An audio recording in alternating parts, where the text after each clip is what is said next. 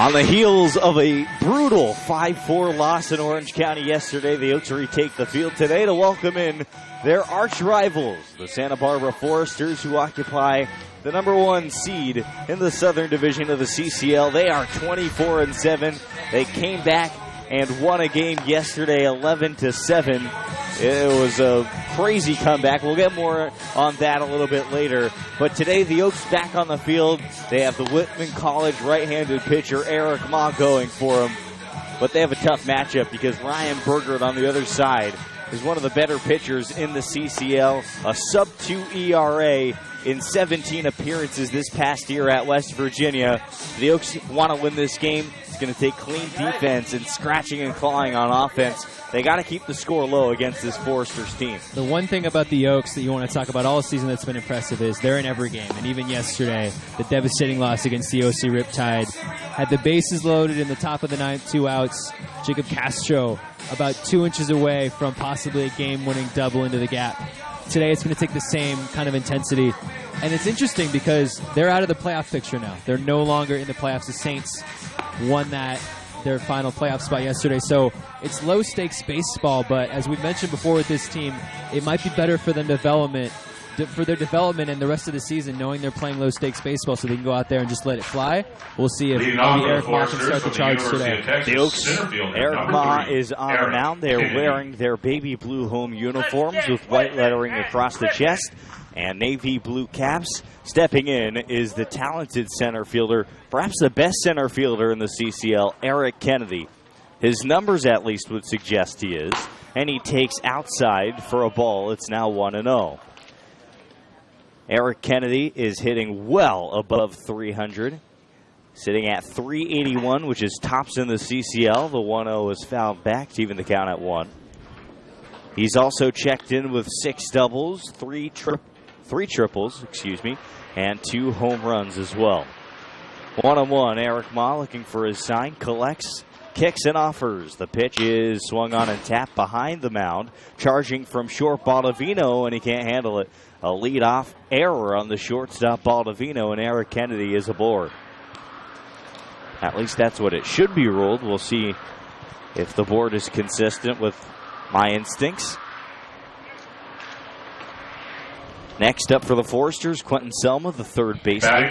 He'll be followed by Zach Fresno, the first baseman. Spencer Jones hitting 4th. Ross Cadena in left field 5th. Blake Hall 6th, playing right. Conor Pavulon, the catcher, hitting 7th. Tevin Tucker 8th at shortstop. And Ryan Cash, the switch hitting infielder, playing 2nd and batting 9th. Foul back. It looks like that was actually listed as a hit, Jordan. So there goes the no-hitter early. Eric Kennedy. I guess when you're hitting 389, even those go your way. In order to hit for that type of average, you need a little bit of luck. Gets a massive lead off first. And the 0-1 is low. A nice block by Jacob Castro, who is now catching today after playing first yesterday. You know, I'm thinking maybe that's attributed to his speed because he is somebody... I mean, the guy has 20 stolen bases. Who can beat out a play like that, especially on a slow roller to short? Throw over. Back in safely again. Eric Kennedy, the CCL leader in stolen bags. He has 18 on the CCL schedule. He's only been caught 3 times. Inching, and there he goes. The pitch is low. Castro pops to his feet. He has no chance, and Eric Kennedy steals back number 19 and further cements his lead in the CCL. What a talent he is, Jordan. Just makes things happen. Defensively on the base paths, in the batter's box. Complete player. Eric Ma gets Selma to chop one to the right side of the infield. That's going to be the second baseman, Oedekerk, throwing out Selma by a step at first and advancing Kennedy to third. 4-3, 1 gone. It's been a tough season for Eric Ma this year. State. Number 27. In 25 Zach innings. Fresno. Which, by the way, is good for one of the top 5 on the team. Eric Ma has pitched to a 6.12 ERA, 11 strikeouts, 8 walks. Rip it! Here's Zach Fresno, the talented first baseman. Off the end of the bat roller to first, Yamashiro looks back Kennedy at third and taps the bag for out number 2. So that's exactly what the Oaks are looking for. They get their second out. And they hold that runner at third. Every run of this game is going to matter, Zach. And I like so far, Ma, everything is slowly hit ground balls. Everything on the ground, nothing too well hit. That's a good sign as you start the game. Here's Spencer Jones, 353 average, 15 singles, 2 doubles, 2 homers as well. He's only played in 17 games. Going to Vanderbilt next year. Takes a breaking ball away. Ramon Gomez playing third. Gabe Baldovino back in the lineup after having yesterday's game off until coming in off the bench. Tyler Oedekerk at second, and Ryan Gamashiro, the first baseman. Trent McKinney in right. The 1-0 also misses. 2 balls, no strikes. Raul Sandoval right back in center field. He has slid into that everyday role as Justin Ammons has departed for the team for professional baseball. Will Pickett's getting a start in the outfield out and left.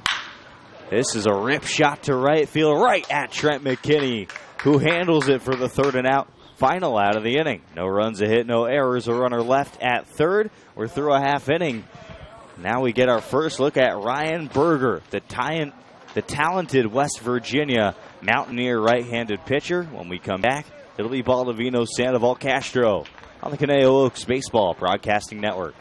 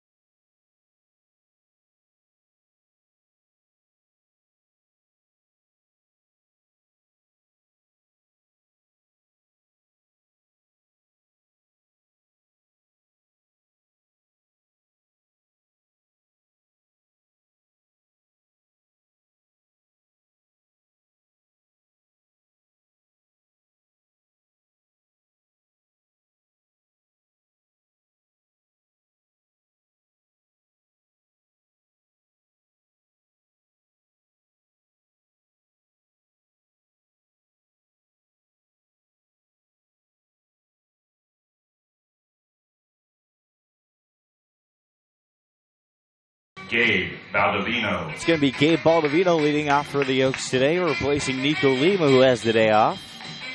From Ventura College, Baldovino digs in from the right side.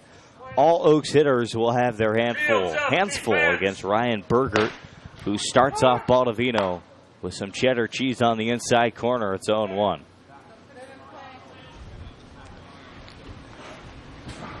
And the kick on the pitch, 0-1. In there at 86, it's now 0-2. Ryan Berger, primarily a reliever at West Virginia this past year. Only started 2 games. Swing and a miss at the 0-2. And Ryan Berger starts off his game with a 3-pitch see you later. Baldovino down swinging on strikes. Batting second, center fielder from Oxnard College, number 4, Raul Sandoval. Next is Raul Sandoval, the center fielder. Yeah, 34 innings for West Virginia out of the Big 12. Held opponents to a 190 batting average. 38 strikeouts, only 8 walks. Swing and a miss. It's 0-1. Got to get used to saying that today. I have a feeling there's going to be a whole lot of those. He hasn't really dropped off in the summer slate. He's just continued his dominant 2019. And the 0-1 ripped up the middle. Sandoval hustling. It's past the diving glove of the shortstop and into center field. Tevin Tucker laid out for it. Couldn't get there, and the Oaks have a base hit. There goes the no-hitter. Tevin Tucker at shortstop. Quentin Selma's at third. Zach Fresno at first and Ryan Cash at second. Ross Cadena in left field. Eric Kennedy, the center fielder, as always.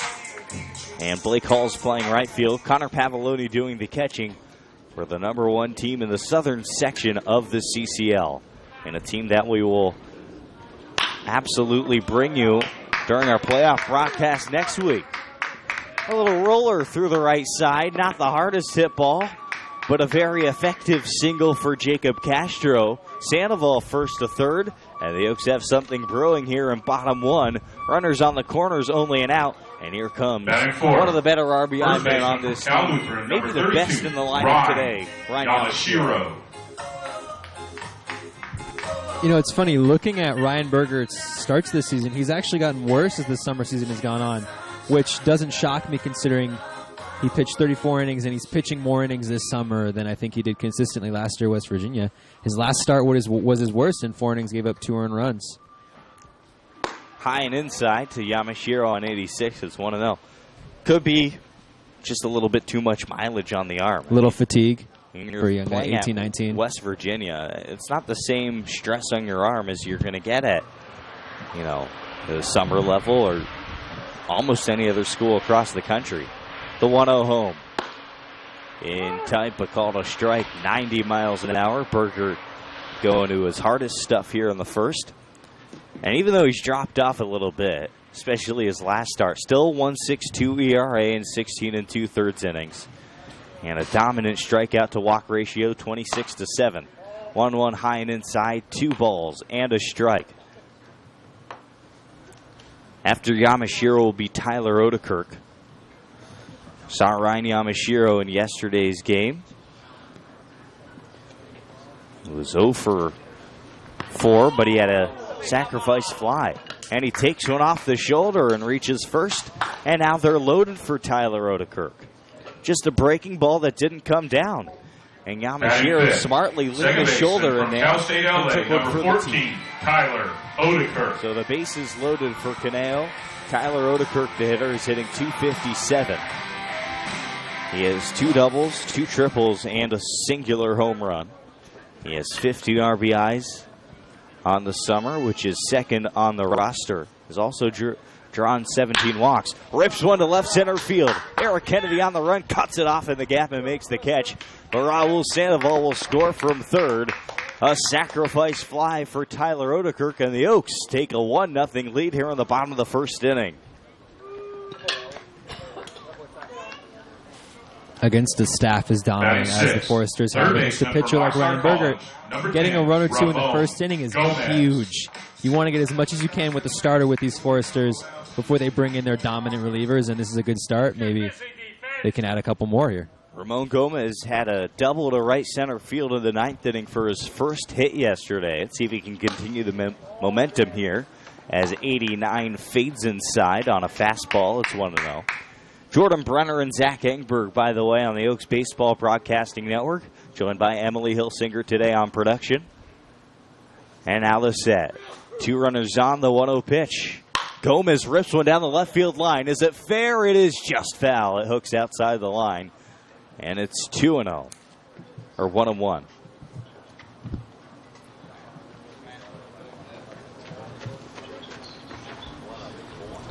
First day the Oaks are playing without a chance to go to the postseason.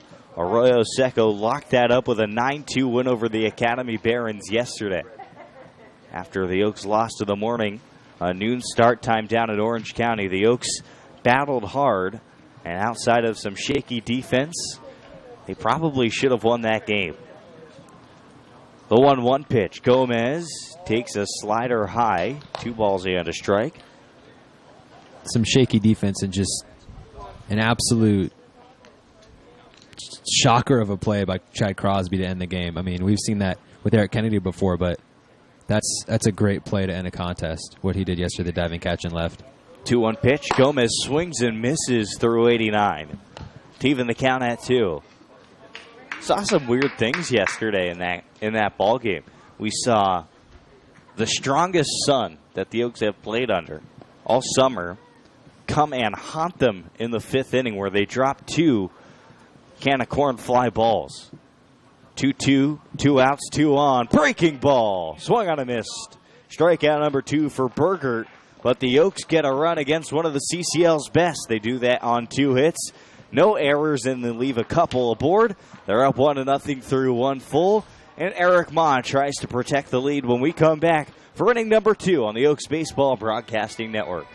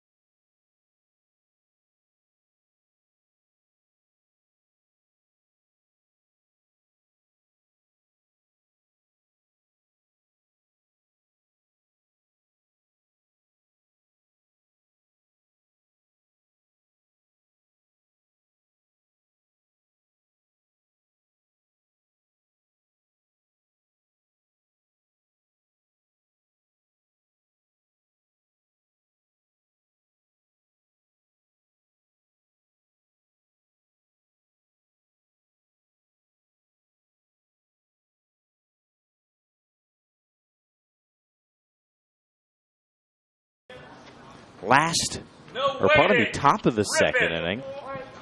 Leading off is Ross Cadena, the left fielder, followed by Blake Hall and Conor Pavulon. Eric Moss starts off the right-handed hitter with a fastball drawing to the outside. It's 1-0. Cadena playing left field has been an Oaks killer this summer. A few really big hits, even some home runs in there. The 1-0 in tight, 2 balls, no strikes.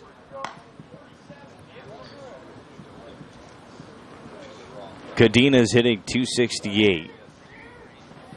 13 singles, 5 doubles, a triple, 2 homers, 2-0 to him. Again outside, it's 3-0, and Eric Ma is struggling to find the zone here. Had a relatively low-stress first inning. Gave up 1 hit to Eric Kennedy on the infield. But outside of that, 2 groundouts and a flyout. Now the 3-0 pitch, swinging a foul ball behind home. To the screen, it's 3-1. An early green light for Ross Cadena.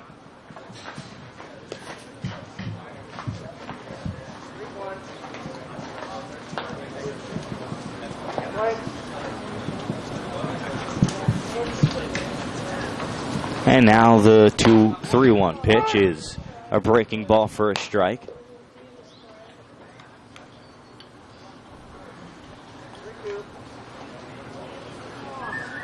Eric Mott takes a deep breath, holding his hand out to his right side now. Brings it to his glove at the chest. That one is a jam shot grounder to short. Baldovino had trouble making that play in the first inning, but this time corrals the baseball. And the transition to his right hand was smooth, makes the throw 6-3, 1 gone. Right fielder from Oral Roberts, number 7, Blake Hall. Next up is Blake Hall in right field. This is a team that Eric Ma is very familiar with. He's faced off against the Foresters twice this summer for a combined 8 in the 3rd innings. Off speed for a strike, inside corner. 0-1. Last time out against the Foresters, Eric Ma was just terrific. 0-1 is inside, a ball and a strike. In fact, it was so good that he only gave up, well, he didn't give up any earned runs. The 1-1. high. It's 2-1. It was poor defense that cost the Oaks in that game, but Eric Ma's final line, 4 innings, no earned runs, and a couple strikeouts. The 2-1 kick in the pitch.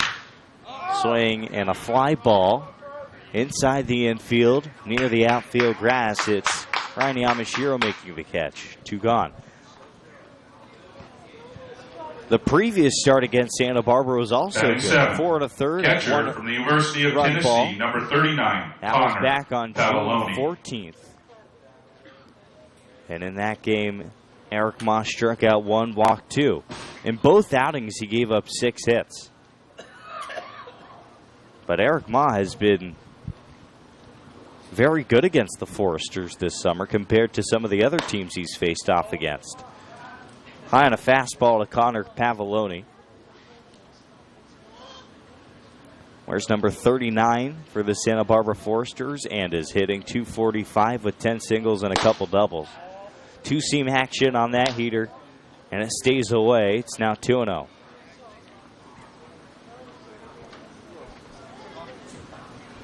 So we should be in for a pretty good pitching duel today. Fly ball to deep right center field. This one's got legs for the gap. It is down, and a one hops against the wall. Can't runs back to McKinney. Throws back into the cutoff man, which is Tyler Oedekerk out from second base. A stand-up 2-out double for Conor Pavulon, and the Foresters have their second hit in as many innings. You know, McKinney's hat is always falling off. I wonder if it's because he runs so fast, or maybe it's not the right size. I don't know, but that's the second day in a row that we've seen him run to make a play and his hat fly off. Just something I noticed.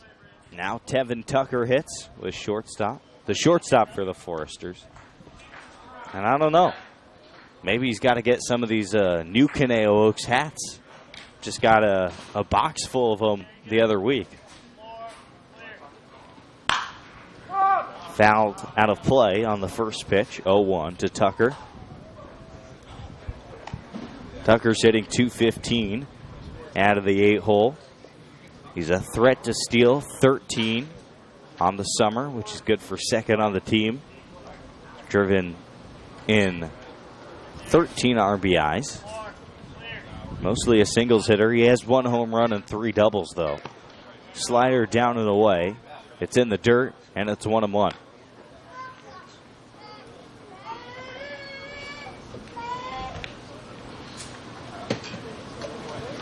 Oaks almost pulled off one of their better comebacks in yesterday's contest against the Orange County Riptide. They scored runs in the 7th, 8th, and 9th. 1-1 is inside. And yet they came 1 run short. If they put up 2 runs in any of those innings, they would have at least tied the ball game. Jacob Castro hit one that looked like it was going to go to the gap. Fly ball in foul territory. Ryan Yamashiro out to the warning track near the wall, makes the catch. 3 outs here in the top of the second inning. And Eric Ma works his way around a hit again. No runs a hit, no errors. The second runner left in scoring position for the Santa Barbara Foresters. And the Oaks maintain their 1-0 lead as we head to the bottom of the second inning. Will Pickett's hits when we come back. Stay with us. We got plenty more baseball on the Conejo Oaks Baseball Broadcasting Network.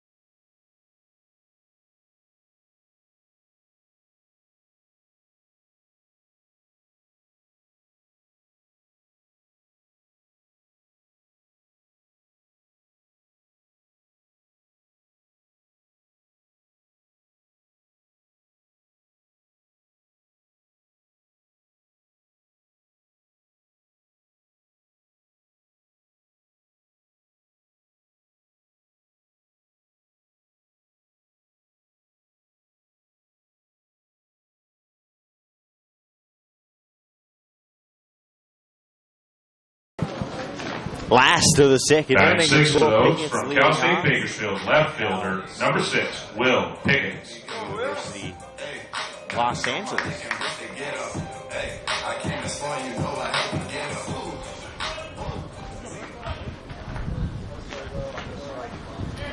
Still on the hill is Ryan Berger for the Santa Barbara Foresters. First pitch misses. It's 1-0. Pardon me, Will Pickett's at Cal State University, Bakersfield, and not Los Angeles. The 0-1 is low to Will. It's 1-1. Pickett's hitting 211. 10 singles and a double on the summer. Had a double in the 7th inning of yesterday's game, part of a 1-for-4. Also scored a run. Attacks a fastball, fouls it behind home, way up in the air. Pavulon at the warning track can't make the catch. And it is 1-2. A fan was scared that the ball was coming for her. She grabbed the purse and headed for the hallway. Clutched her pearls. She's okay now, back in her seat. We've all been there. A couple times this season. So 1-2 against Will Pickett's. And the pitch is swung on and missed. Strikeout number 3 for Ryan Berger. And he goes down on strikes swinging. All 3 Ks have been of the swinging variety. And Ryan Berger, although he didn't look locked in the first inning, Batting 8 he for seems those to be designated hitter. level-headed today and in for the long He's going to be haul. attending the University Well, his of stuff Science hasn't been and the Arts problem. of It's been Oklahoma location a next couple year. times. Number 33. 3 batters in a row, a Holbrook. single, 2 singles, and a hit batter. So his stuff is there, but you look at, run allowed, but also 3 strikeouts. He just needs to get his control down a little bit more. Bailey Holbrook in the lineup today. Takes high and away. It's 1-0. DHing. Probably because he broke an 0 for that ranged into the 20s yesterday with a pinch hit knock in the 9th inning. Off the bench, out of the 9-hole for Trent McKinney as he swings through 1-0. That was a single to right field. Advanced all the way to second, but he kept the line moving. The 1-1, Holbrook takes a bit low. This one, 93 from Ryan Berger. So he was sitting 86-87 first inning and touched 90. Now he's sitting 90, touching 93. Here's 91 away. 3 balls and a strike. Trying to pick up, what have you seen so far as his pitching repertoire, Jordan? And the fastball, obviously, you touch 90, 93. That's going to be dominant. First, the 3-1 pitch. Sets, winds and offers. Holbrook pops one way up in the air, and I mean way up in the air near the line. Second baseman Ryan Cash ranges over, makes the catch. 2 gone. Well, it's clear he loves the fastball. From what I've seen, he has 2 different off-speed pitches, the slider. Batting 9 for and then he has those, a sort of right fielder from Glendale Community College, But number 20. he moves the fastball Trent around and he McKinney. mixes different speeds with it. He'll 2-seam it. He'll 4-seam it. And he'll reach back 93 as we've seen. Trent McKinney out of the 9-hole. Had a very poor performance in yesterday's game. Struck out all 3 times he came up as he takes away. It's 1-0. It's just been a slow summer for Trent. Hasn't really been able to get his footing off the bench. The 1-0. Taps that one foul to the left side. 1-1. He's hitting 185 with 7 singles and a couple doubles. Also a home run. But we know Trent McKinney has done some pretty special things. We know he's a real hitter. Had a massive college season for Glendale. Rolls one up the middle. Going to be Tevin Tucker jumping and throwing and getting him by a step to secure a 1-2-3 second. The Oaks go in order in the second inning. They lead 1-0. On to the third on the Oaks Baseball Broadcasting Network.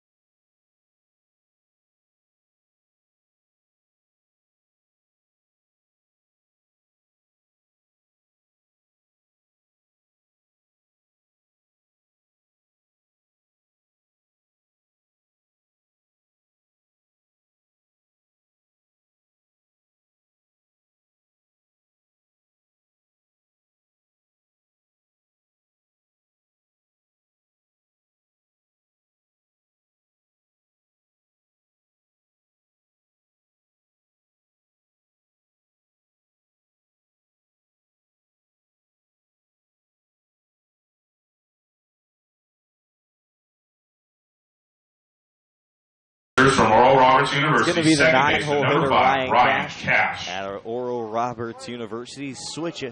He's a switch hitter, hitting from the left side. Takes high and away.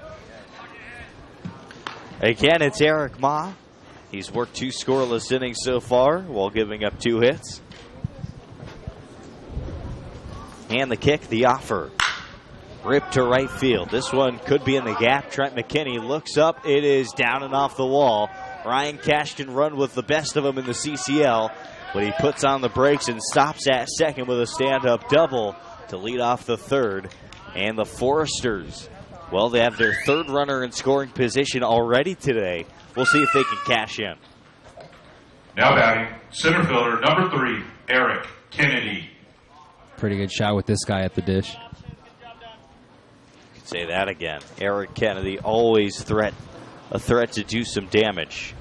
Particularly a threat with runners in scoring position. He's driven in 18. But he gets a bunt down the left field side.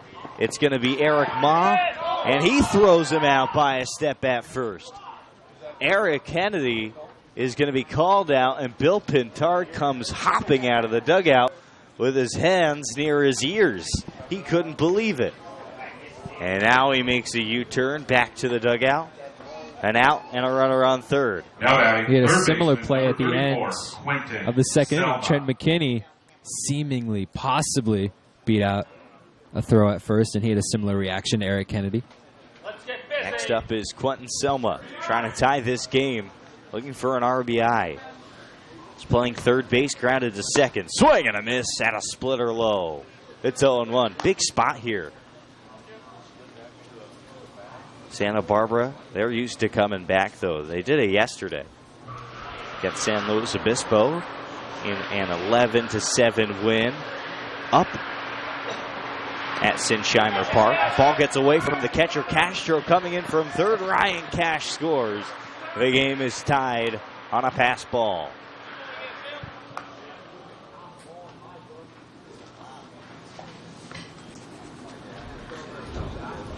So there you have it.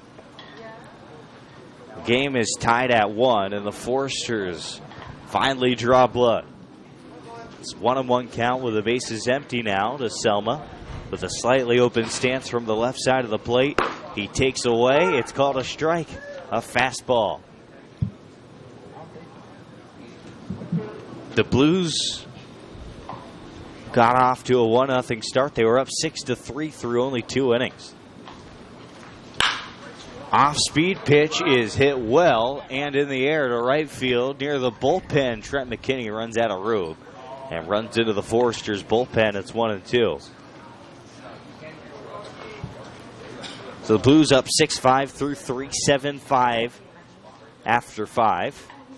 It was a 4-run 8th inning that gave the Foresters the lead, and they tacked on 2 more in the 9th to win 11-7.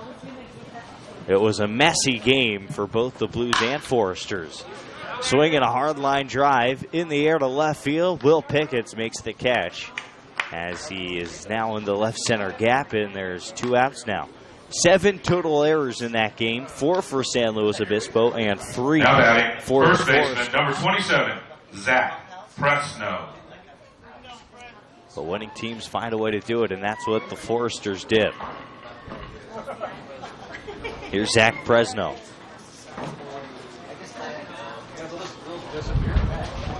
Slider, strike 1.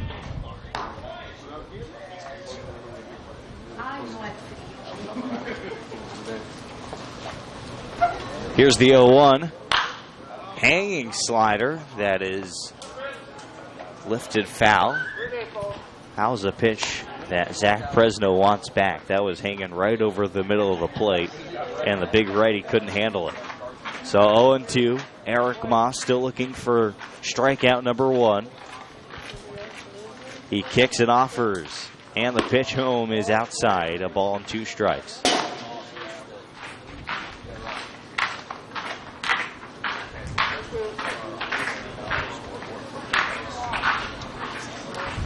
Moss sets over the top. Splitter is fouled back at 72.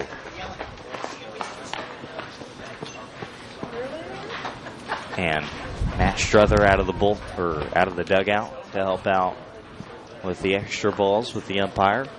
So 1-2 bases empty. We're tied at 1 in the bottom, or the top of the third. Mom misses on a fastball. 2 balls, 2 strikes. In the spirit of this Oaks-Foresters rivalry, which is certainly calmed down this year compared to last year, the 2-2 pitch is inside. The count's run full. We will be discussing some of the better rivalries in sports today. Stay tuned to the 7th, 8th, and 9th innings for that. Bloated count, the full count pitch, swing and a miss.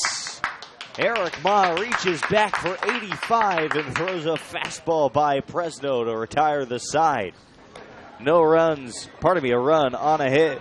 No errors, none left. 1-1 through 2.5. Bottom of the third. After this on the Oaks Baseball Broadcasting Network.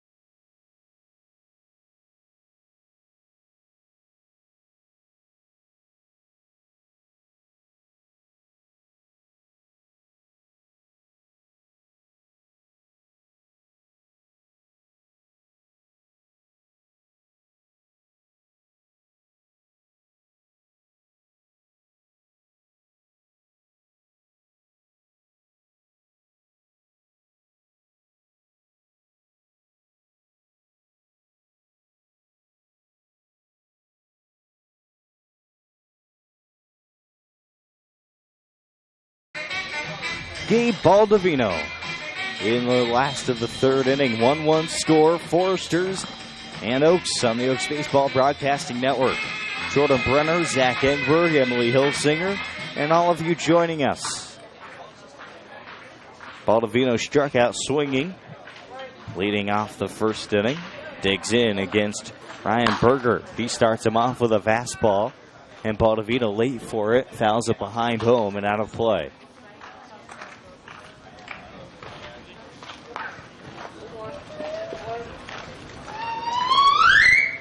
The 0-1 pitch, foul back to the screen. So we finally have our official 4 teams for the postseason. The playoff picture in the CCL is set. The seeding is not, but we know exactly who's going to be there. Swing and a foul. One of those teams is on the field now, Santa Barbara Foresters. A shoo-in to make the postseason almost every year, and you could make the argument that they're the CCL favorites before they head to Omaha, as they always do for the NBC National Championship. The 0-2 is high. That's the National Baseball Congress, not the NBC. For me, it's Channel 4. The 1-2. Swung on and hit well to center field. Moves Kennedy to his left, and he makes the catch. One away. And the Oaks are getting a run of the 3 playoff teams from the Southern Division, 3 straight days. The OC Riptide yesterday, the Foresters today, the Saints tomorrow. The Saints on Sunday. Pardon me, tomorrow's the Blues. The one CCL team that the Oaks have not played, or playoff teams that they have not played, is the Healdsburg Brew Packers out of the affiliate division. They're 18-3, and they've won 6 in a row. Raul Sandoval checked in with the Oaks' first hit and first run back of the first inning. Takes a fastball high and tight. It's 1-0. And Zach, I thought we'd kind of just bounce around some of these teams and kind of preview what we're going to see in the CCL playoffs as the 1-0 is fouled off to even the count. We know with Santa Barbara, they're at least good at everything. They are great on the mound. Incredibly great. Yeah, particularly out of the pen. Swing and a miss on the 1-1. Slider located down and away. I feel like every time the Oaks play them, we see two new relievers come out of the pen that we haven't seen, and they're out there throwing 94, 95 with a nasty slider. The 1-2 breaking ball. See you later. Drops in at the knees. Strikeout number 4 for Ryan Berger.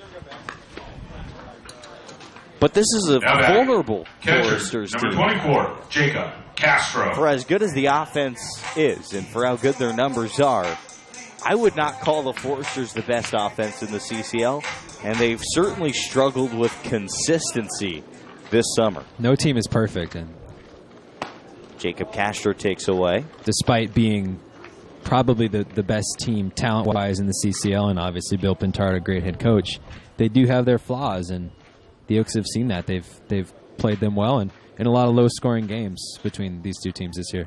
The 1-0. A check swing, high, 2 balls, no strikes. So the Foresters, I feel, are the most complete team. Yeah. But I look at the Arroyo Seco Saints, and there are times where you watch that offense and you think that is the best offense in the league. I mean, they have 2 of the best home run hitters, Garriola and Lovano. Sure. And one of them could be a CCL MVP this year. And they have guys all over the order who can hit, but also they've been hot in the last couple of weeks, and you want that from your playoff team heading into the playoffs. The 3-0, 4-pitch walk to Jacob Castro aboard with 2 outs. And the Saints aren't maybe quite as deep as some of the other bullpens, but they have some guys in there that you put in a playoff situation. You don't need 7 or 8 good relievers, but if you have a few good ones and the offense is swinging the bats well, that's a team that could definitely go on a run. It's different than the baseball playoffs where it's a whole month. It's 2 games. If you have 3 or 4 good relievers, a couple good pitchers, and a good offense, you can win the title.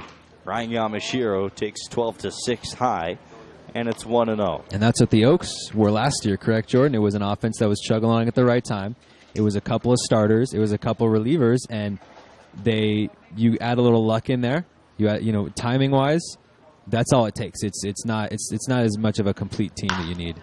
Yamashiro turns on a fastball, skies it to shallow left field. Clinton Selma finds it in the sun and puts it away for the 3rd out of the 3rd. We'll talk about this a little bit more later in this broadcast, Zach, but we're through 3 full innings. The Oaks go not in short order here, but they strand a run on base, which was Jacob Castro walked. No runs, no hits, no errors, a runner left. 1-1 through 3, 4th when we return on the Oaks Baseball Broadcasting Network.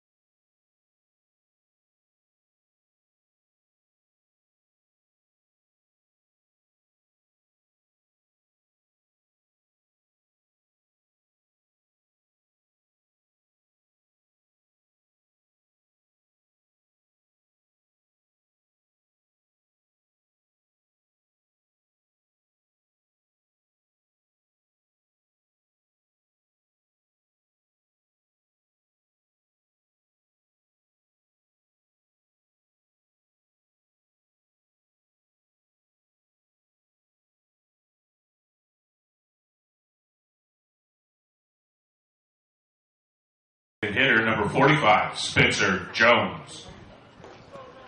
Back here for the top of the 4th inning, Spencer Jones against Eric Mon, a 1-1 game. And for play-by-play, for the 4th, 5th, and 6th, here is Zach Engberg. Thank you, Jordan.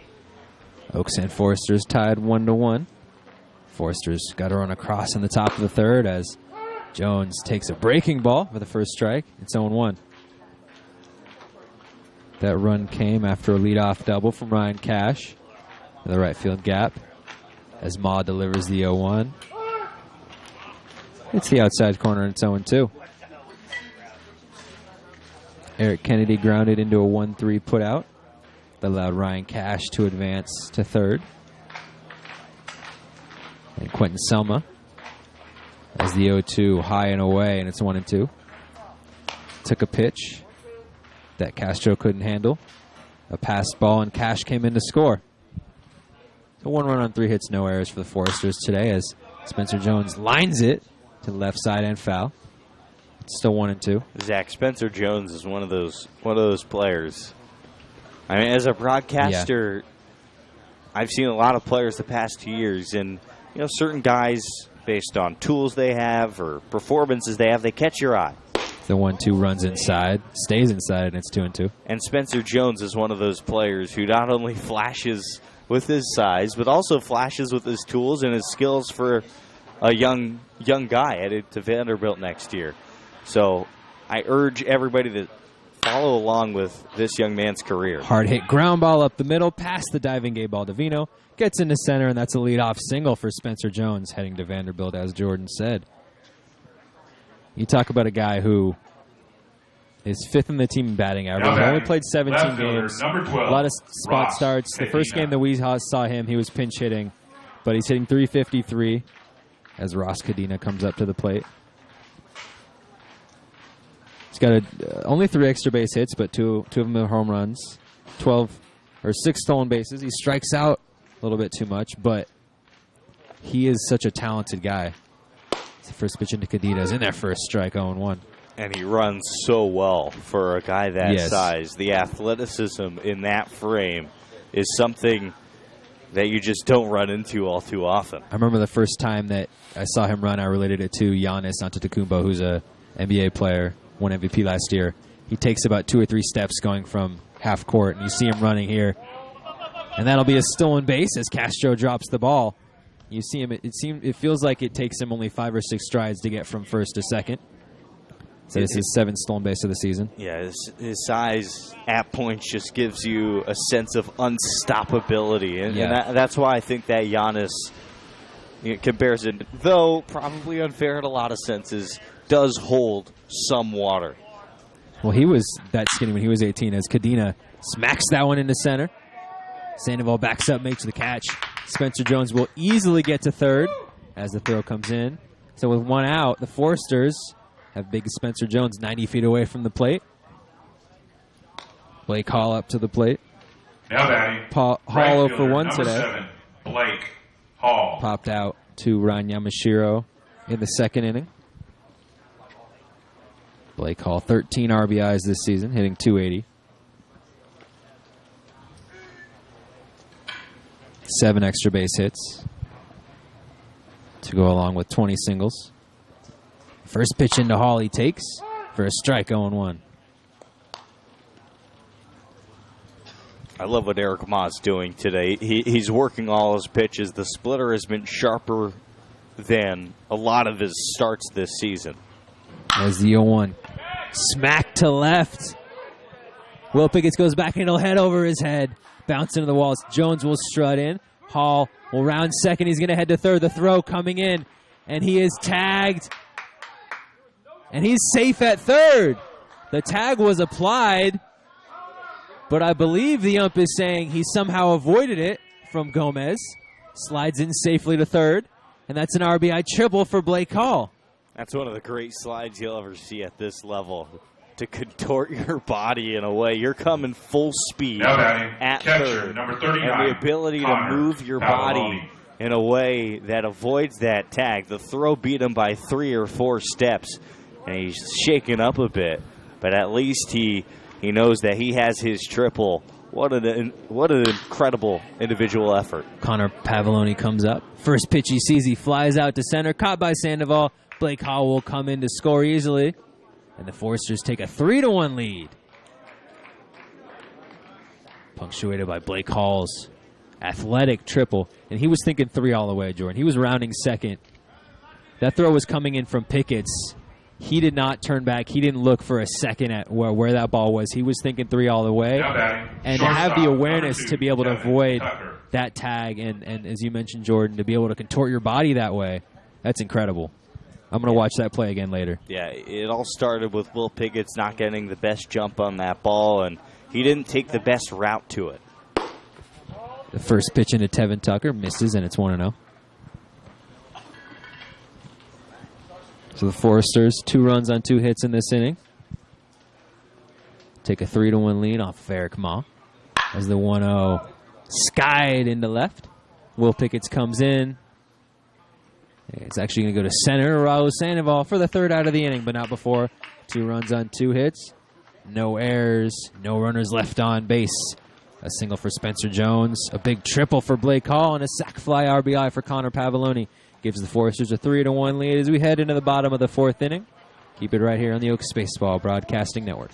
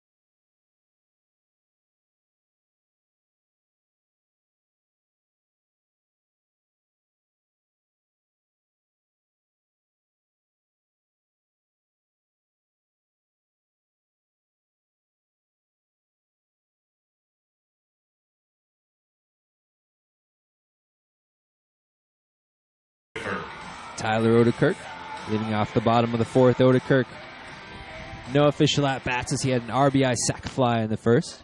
Scored the lone run of the game after Raul Sandoval had a 1-out single. Came in to score on that sac fly. Ryan Berger, so far today, 3 innings. He's let a run on 2 hits, 4 strikeouts. Oedekerk lays down a bunt. Hard hit to the 3rd baseman. Selma barehands it, fires it to first. Not in time. A leadoff bunt single. Tyler Oedekerk showing off the wheels. A well laid down bunt. And with no outs, the Oaks have something going. I love that from Tyler Oedekerk. We haven't seen that too much from him this summer, but in Will Pickett's fashion, laying down a perfect bunt down the 3rd base side. And Zach, that's how you turn 257 into 275, or 275 into 300. I wish more people would start doing that. Not everybody has the wheels that Tyler Oedekerk does as he slides back first, safely to first. Also, that's also true. That's a tough play for Quentin Selma because he wasn't expecting, he wasn't playing in. Had to barehand it. Exactly. A nice throw from Selma. And he's going to, it looked like he was going to run as that one is chopped to 3rd, to 2nd by Selma for the 1st out of the inning. It'll be a fielder's choice 5-4 as Ramon Gomez reaches first. It looked like they were going to use the hit and run, and it looked like Oedekerk just stopped there. Now batting, left fielder, number 6, Will Pickett. Will Pickett's 0 for 1 today, struck out swinging in the 2nd. So the Oaks still a run first, only 1 out.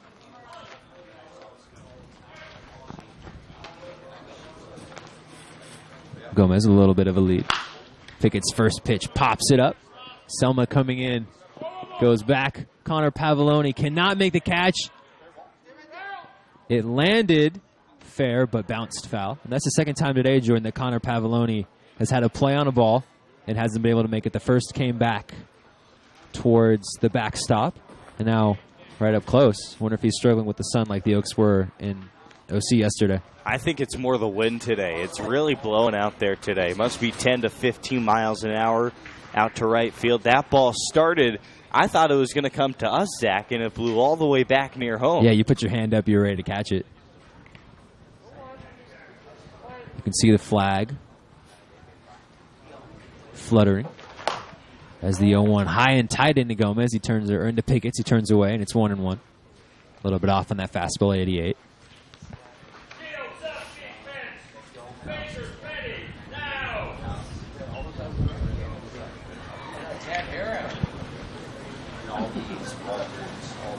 The 1-1 in. Pickett pops it up again. This time it will go foul, and it's 1-2.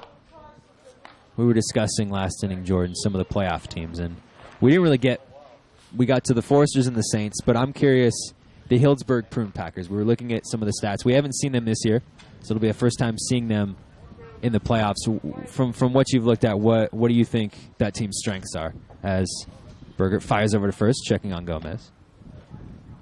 Well, they throw the ball very well. They get some of the best Northern California prospects, and from what I remember, they have a very good Cal pipeline to Healdsburg.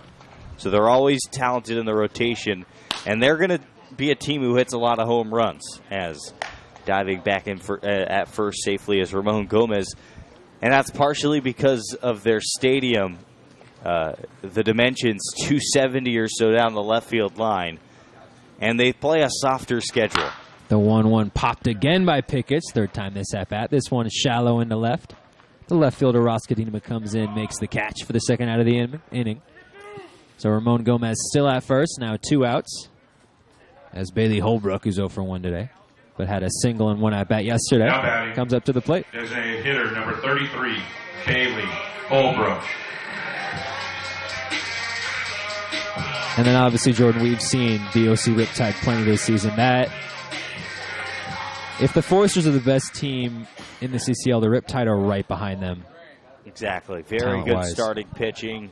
A very deep, talented, ruthless offense for the Riptide. Holbrook first pitch swinging, fouls it back to the left side, 0-1. And then offense. It's the deepest in the CCL.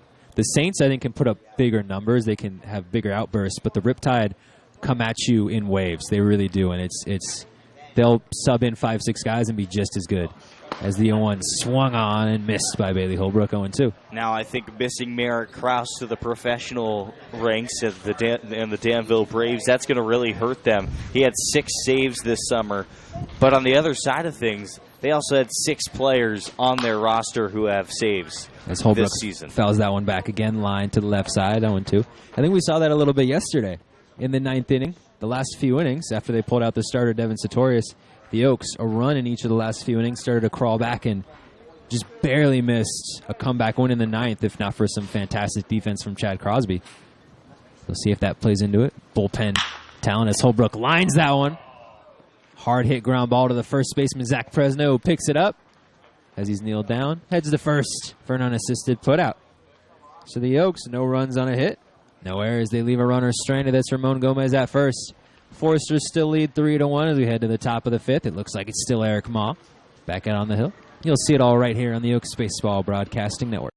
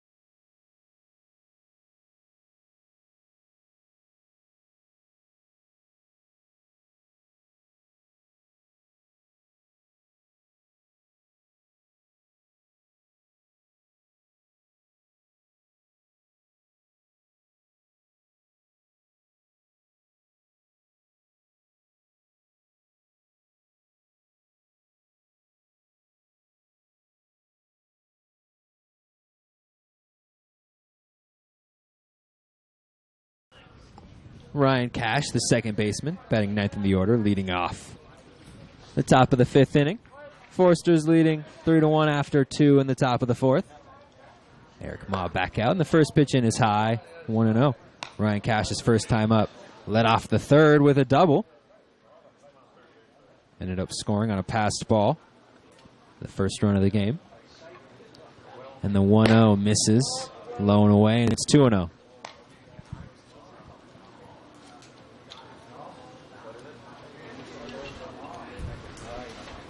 Ryan Cash, a more prototypical second baseman. Speedy, good defense. Hits for average. So he fouls that one off. It's 2-1. We've seen some other second basemen in the CCL, Thomas Lovano for one, that are a bit more of a rarity as far as his power numbers. As Cash fouls off 2-1, and it's 2-2. Just missing on those foul balls. Cash hitting 198 this summer, but he has 14 RBIs, 9 stolen bases. 17 hits, 14 of them singles. And he readies for the 2-2.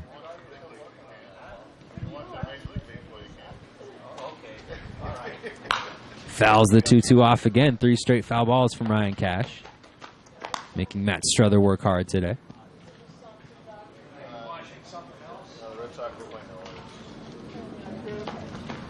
Eric Moss so far today has gone 4 innings, has allowed 3 runs on 5 hits. Only 1 strikeout.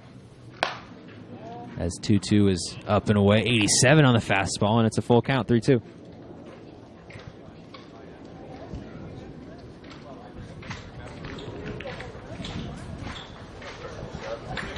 Three of those 5 hits have been for extra bases, 2 doubles and a triple, and that one is lined by Cash. Just barely misses it, a little bit ahead.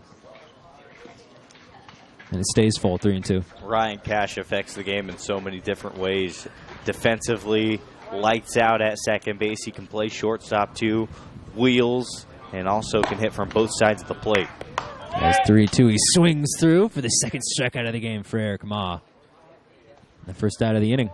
That is one of his holes, though. He does struggle climbing the ladder and getting to that high pitch, and it's because he's in such a crouch with his swing. Not the quickest hands, but a very good young baseball player, no doubt about it. 20th strikeout of the season. Puts him 4th on the team. Eric Kennedy back at the top of the order. Takes the first pitch low and away. It's 1-0. Eric Kennedy from Texas. Such a dominant all-around player. As he takes 1-0 high, and it's 2-0. Zach Presno, as I mentioned, Ryan Cash is 4th on the team, leads the Foresters with 40 strikeouts this season as Kennedy takes 2-0 inside, and it's 2-1, which is 10 more than anyone else on the Foresters. But Presno also has 4 home runs, so he's one of those prototypical big slugging first baseman. 2-1 line just over the glove of jumping shortstop Gabe Baldovino. A hard hit ball right up the middle. That's a 1-out single for Eric Kennedy. Second hit of the day. Foresters a runner on with 1 out. And Quentin Selma, who's 0 for 2 today. Now batting, third baseman, number 34, Quentin Selma. And Selma, as we've talked about before, Jordan, it's a bit of an anomaly because he was a stellar player at Cal. Won the home run derby. As that one's grounded, Ryan Yamashiro dives, throws to second, back to first, not in time, and it goes into the Foresters' dugout. Quentin Selma will be awarded second on what I believe will be a fielder's choice. Really fantastic play by Ryan Yamashiro, diving at first, saving a single. Gets to second, gets the lead runner at second, but Selma will reach second on a bad throw from Gabe Baldovino. Eric Moss get over there quicker. Number 27, the reason why Selma's on second base is because he got a late jump towards first where he was supposed to be covering, and the ball got away from him. And that wasn't even a bad throw from Gabe Baldovino, the shortstop. Maybe not the best rally or relay.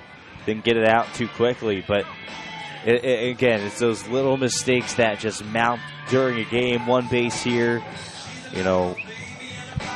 one drop ball here, and they add up during a season. We saw it add up yesterday, Zach. And against teams like the Riptide, like the Foresters, who are so good. You cannot make those minor mistakes because the Foresters will turn that minor mistake into 3 runs, into 4 runs. The Riptide yesterday turned 2 minor mistakes into a 4-run inning in a game where they only won by 2 or won by 1. They only scored 5 runs in that game. Several came in that 1 inning when the Oaks made a couple errors. So it's 3-1, runner on second. Big Zach Presno up to the plate. Presno 0 for 2 today for his 41st strikeout of the season, which came in the 3rd. Eric Ma back out. 1-0 low, 2-0 after a mound visit from Coach Solis. Nobody up. Well, now there's an Oak up in the bullpen. Yeah, looks like Matt Struther getting loose. But this still should be Eric Ma's inning. That one's low and away, and it's 3-0. Focus, visualize, execute. Focus, visualize, execute. Great wise words from the Forester superfan. He said something earlier today that I thought was great as that pitch is low for a walk. No egregious errors today, Blue. Now I'm assuming he's talking to the hitter umps. number 45, Yes. Spencer Jones. I don't know where that started. It's another. I need to look that up. But calling umps blue. I think it's because the classic umps, didn't they just wear blue? Or is it BLEU? No, it's got to be blue as in the color. I mean, that sounds right. As the first pitch is high, 1-0. So Ma losing a little bit of control here. That was his first walk of the day to Zach Presno, despite being a lot of 3-ball counts. Yeah, you're right. It's definitely not BLEU. They are called blue because of their blue uniforms. As the 1-0 misses outside, 2-0 to Spencer Jones. Jones had a single in the 4th. Still second, ended up scoring on the triple by Blake Hall.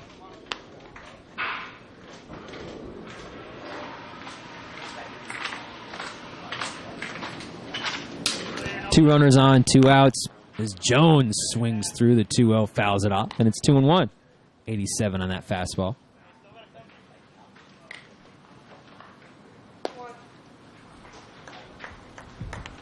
Spencer Jones really good at going to the opposite field. I haven't seen anybody attack him inside, which might be daunting because of his 6'7" frame.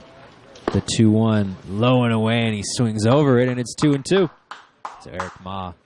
Only 1 strike away from getting out of this inning unscathed. The Foresters, a runner on second, a runner on first. That's Quentin Selma on second. Zach Presno on first. Not 2 of the speediest guys, but Spencer Jones can do some damage. The 2-2 in is low, and it's a full count, 3-2, as Jacob Castro quickly pops up, checking on Selma. Yeah, Eric Ma just throwing junk right here. He doesn't want to give him anything that he can elevate or line into the outfield. That's now 2 straight splitters. He could go for a 3rd splitter and just say, if he doesn't swing, that's fine. Good on him. Put him on first base. It's dangerous, though, because you have a Ross Cadena, who's another great hitter in the on-deck circle. 3-2 pitch. Swung on by Jones and Ryan Yamashiro, who had trouble getting up. Selma will be sent home. The throw comes in, is not in time. An RBI single for Spencer Jones. Drives in Quentin Selma, and the Foresters lead 4-1.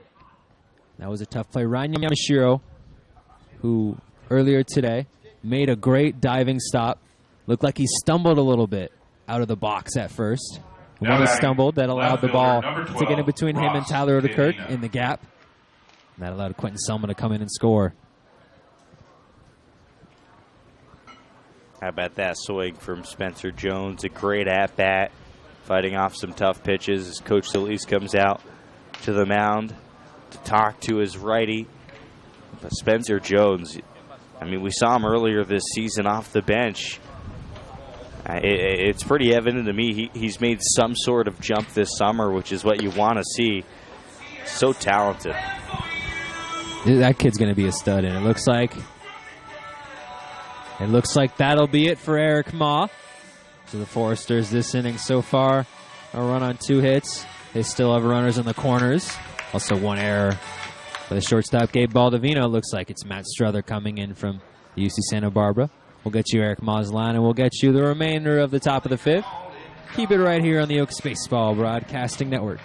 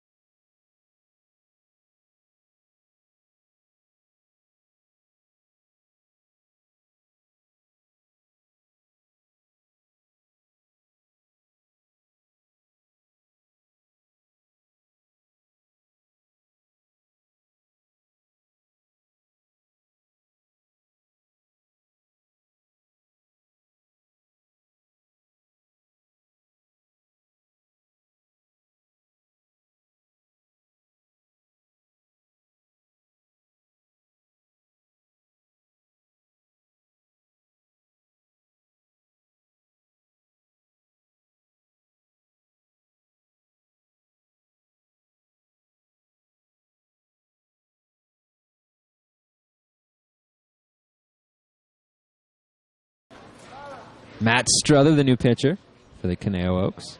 He's going to face Ross Cadena. After an RBI single from Spencer Jones. Foresters up 4 to run. Have runners in the corners, 2 outs. At the top of the 5th inning. Struther replacing Eric Ma. Ma went 4 2/3. Gave up 7 hits, 4 runs. 3 of them were earned. 1 walk and 2 strikeouts, although I was going to say he would be on the hook for these runs, but they would still not be earned, as the error by Gabe Baldovino should have been an inning-ending double play.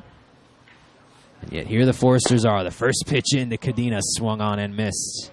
You can't assume double plays with earned runs, so Eric Ma would be on the hook. Good correction.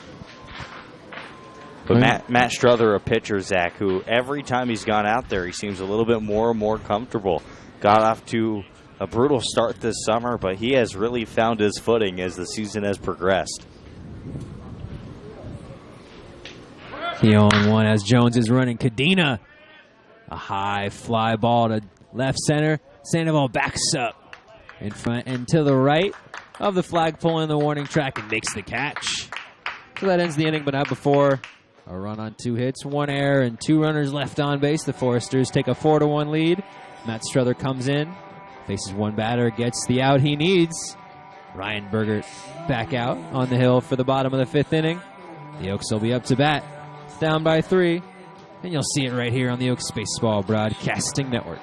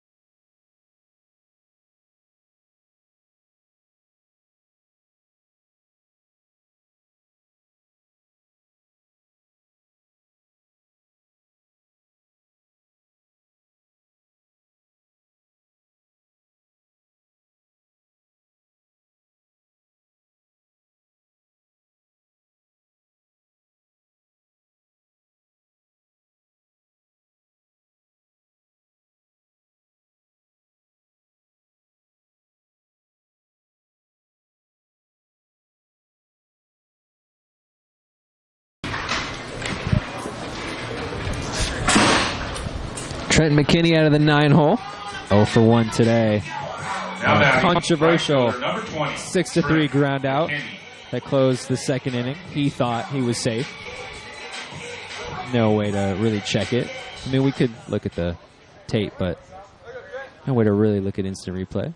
For Oaks down 2-1 as that one is a little dribbler back to Bergert at first. Picks it up. Tosses it to Presno for the first out of the inning. 1 pitch, 1 out so far. Ryan Bergert right back to work. He's given up only a run Now on batting, 3 hits. shortstop, number 8, Gabe 4 Balbino. strikeouts today. The righty from West Virginia pitching another gem and now into the 5th inning. This is already his longest start of the season. Hadn't gone beyond 4 until this game. Gets the back to the top of the order. Gabe Baldovino, who's 0 for 2 today, struck out swinging in the first. Flew out to center in the third, and he takes the first pitch in there for a strike, and it's 0-1.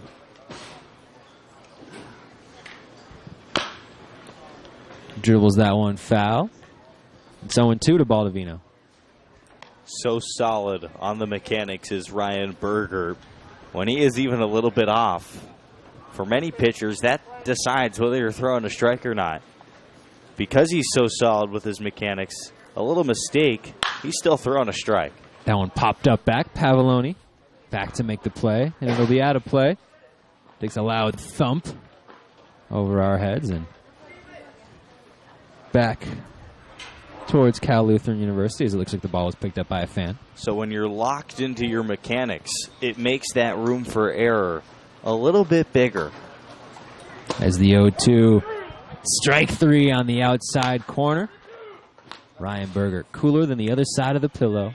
Second out of the inning. If you didn't know, Stuart Scott, right? 6 years ago today he passed Now away batting, from center cancer. fielder, number 4, Raul One of my Sandoval. idols growing up, who was a sportscaster for ESPN. One of the guys actually who made me want to be a sportscaster. Him and Scott Van Pelt, as the first pitch into Sandoval swung on and missed. That's awesome. He was a great guy. Passed away from cancer. That ESPY speech still, as that one is swung on and missed. I watched that this morning. Teared up a little bit. I'm not even kidding. It's on Instagram. It's one of those ones that you can watch like 20 years from now and still be kind of blown away. 0-2 to Sandoval. Popped up, popped back. Foul, and it's still 0-2. Jimmy Valvano, his speech at the ESPYs a bunch of years ago is the same thing. You can watch it, and it's still meaning. They still play it every week, or every year. They have a Jimmy V week. Play the speech on repeat as Raul Sandoval swings through. The Heat, 92 from Ryan Berger. 3 up, 3 down, including 2 strikeouts. But I want to say this. If you can, go to the Jimmy V Foundation. Donate. It's Jimmy V for Cancer Research. It's a great cause. It helps a lot of people. Just wanted to put that out there. The Oaks go 3 up, 3 down. No runs, no hits, no errors, no runners left on base, including 2 strikeouts from Ryan Berger. Still trail 4 to run as we head to the top of the 6th inning. The forces will be up. Matt Strother back out on the mound. You'll see it all right here on the Oaks Baseball Broadcasting Network.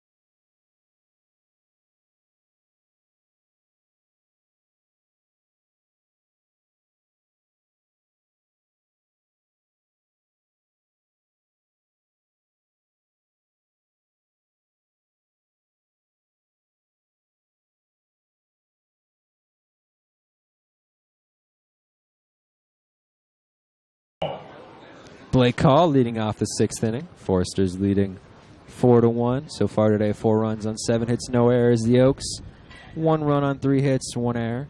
Thank you for joining us here on the Oaks Baseball Broadcasting Network. Zach Engberg alongside Jordan Brenner and Emily Hilsinger. It's around 5:53 p.m. here. Windy day. Spark Anderson Field at Cal Lutheran University in Thousand Oaks, California, as the first pitch in for Matt Struther is up and away, and it's 1-0.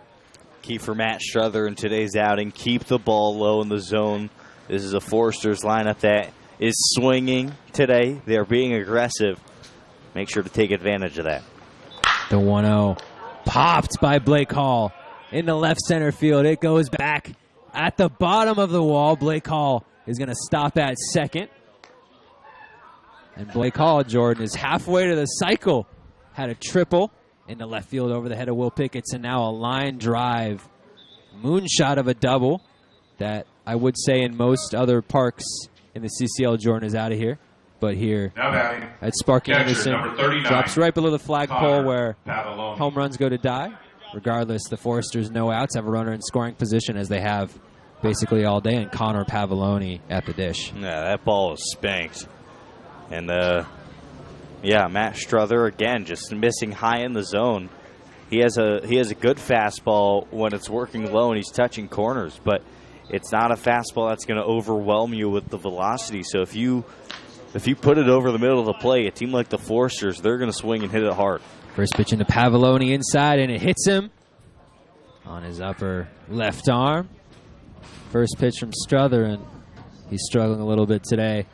No outs. The Foresters, 2 runners on, has already given up. Now batting, shortstop Slaughter 2, double, Tevin and now Tucker. a hit by pitch as Tevin Tucker comes up to the plate. Tucker 0 for 2 today. But this Foresters lineup, they can do damage top to bottom. Tevin Tucker, 13 RBIs this year. Only hitting .215, but he can make things happen. So no outs. Blake Hall on second, Conor Pavulon on first. Matt Struther trying to get out of this jam as the first pitch into Tucker popped up into shallow right field. Trent McKinney comes in, makes the play. Blake Hall fakes like he's going to third, heads back. That's a big first out of the inning, and that's just about as good. Besides a ground ball double play, that's about as good as it can get. No runners can advance. You get the out, and the double play stays alive. Ryan Cash at the bottom of the order already has a double today. Struck out his last time up to lead off the 5th. In an inning where the Foresters scored 1. Foresters 1 in the 3rd, 2 in the 4th, 1 in the 5th, so they've scored in 3 straight innings. And up here, 2 runners on. As the first pitch into Cash is in there for a strike, 0-1.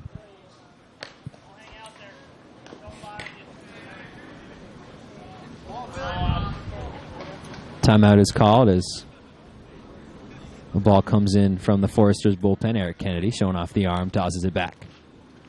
It looks like we're ready to go again.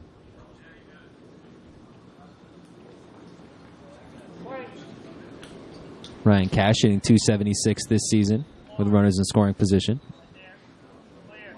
He has one here as he takes 0-1 on the outside corner for a strike, and it's 0-2. Couple good pitches for Matt Struther to start this at-bat off for a double play ball here. Best case scenario, absolutely. Keep it low. Although the Oaks have already had trouble defensively. Couple miscues as that one is way outside, doesn't quite break in on the breaking ball, and it's 1-2. Don't think I got to Matt Struther's stats this season, last inning, as it was a really quick at-bat. Coming into today, 11 innings pitched. Has a 7.98 ERA, but as Jordan mentioned, has gotten better every time out. He's given up 18 runs, 10 of them earned. 8 strikeouts, 5 walks, and 24 hits allowed as that one smacked into left and it drops in, slices. Blake Hall is sent home. He will come in to score, and that'll be an RBI single for Ryan Cash. And the Foresters up 5-1. They've scored in 4 consecutive innings. Still 1 out. Still only 1 out. 2 runners on. And back to the top of the order, Eric Kennedy Now has 2 hits center today. fielder number 3. And now Eric up in an Kennedy. RBI spot. That's not a bad pitch from Matt Struther there. A breaking ball that, might have been a little bit high, but that's a very good swing from Ryan Cash right there to serve that one down the left field line. Not hard hit, but perfectly placed. And that's a professional hit from him. So Ryan Cash and Blake Hall doing a lot of damage for the Foresters today. The first pitch into Eric Kennedy on the outside corner. In for a strike, 0-1. Blake Hall 2 for 3. An RBI triple, a double, and 2 runs. And Ryan Cash 2 for 3, a double, a single, a run, and an RBI. Number 6 and number 9 hitters doing a lot of damage as Kennedy takes 0-1 low and inside. Castro pops up. Checking on Pavulon at second. He stays there, and it's 1-1 to Kennedy.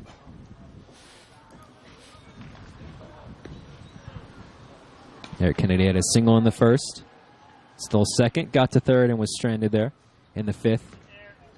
Had a 1-out single. As that one is grounded to Tyler Oedekerk at second. Turns, tosses the ball to Vino, who does not get it to Yamashiro. So that'll be a fielder's choice. Getting Ryan Cash at second, but Eric Kennedy will be at first. Showing off the wheels. And the Foresters now runners on the corners and 2 outs.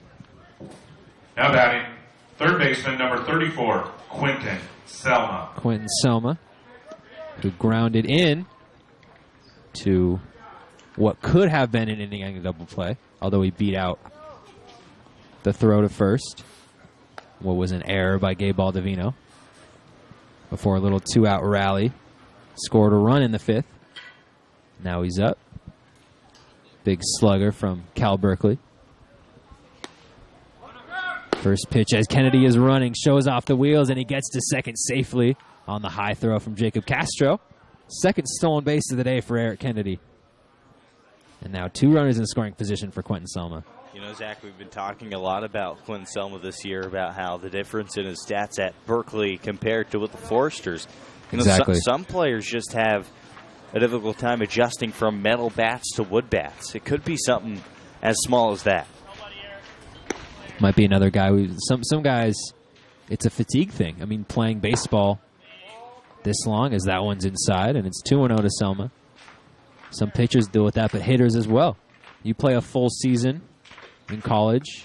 You come in, you play another full season, or a couple months in the summer.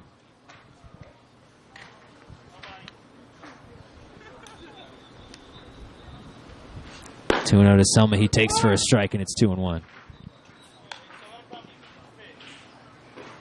Yeah, Selma hitting only 190 this year with runners in scoring position. Hitting 182 overall, only 3 RBIs. No home runs. For a guy who was one of the best players on a premier program at Cal, and he swings over and through the 2-1 pitch in the dirt, and it's 2-2. Struther a strike away from getting out of this frame. Already a run across. Eric Kennedy, the speedster from Texas, on second. Conor Pavulon on third.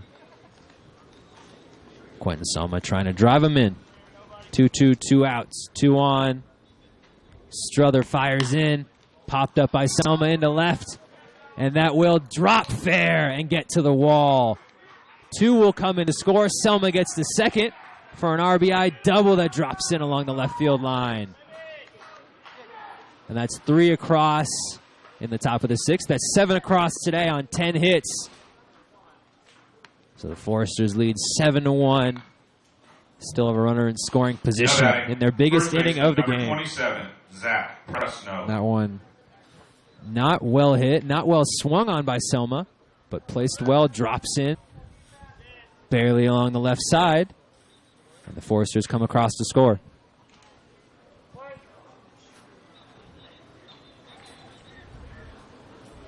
Just another one of those dunkers into left field. Zach Presno up to the plate, and he swings through the first pitch. He was thinking home run on that swing, and it's 0-1. Foresters have a good approach today with 2 strikes. They're shortening up. They're getting the ball in play. They're not striking out. And when you get the ball in play, good things happen.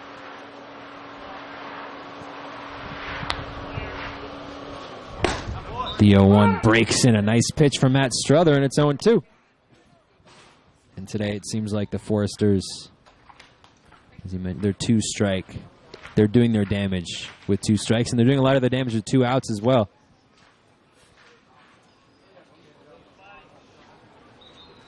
And he swings through that slider from Matt Struther. Nasty pitch from Struther. Gets out of the inning. So the Foresters, 3 runs on 3 hits. No errors and 1 runner left. That was Quentin Soma on second. They take a 7-1 lead. Matt Struther ends the inning with his first strikeout of the game. They board 3 in the 6th. And the Oaks will be up in the bottom of the frame against a new pitcher. We'll get you his name, and we'll get you the bottom of the inning right here on the Oaks Baseball Broadcasting Network.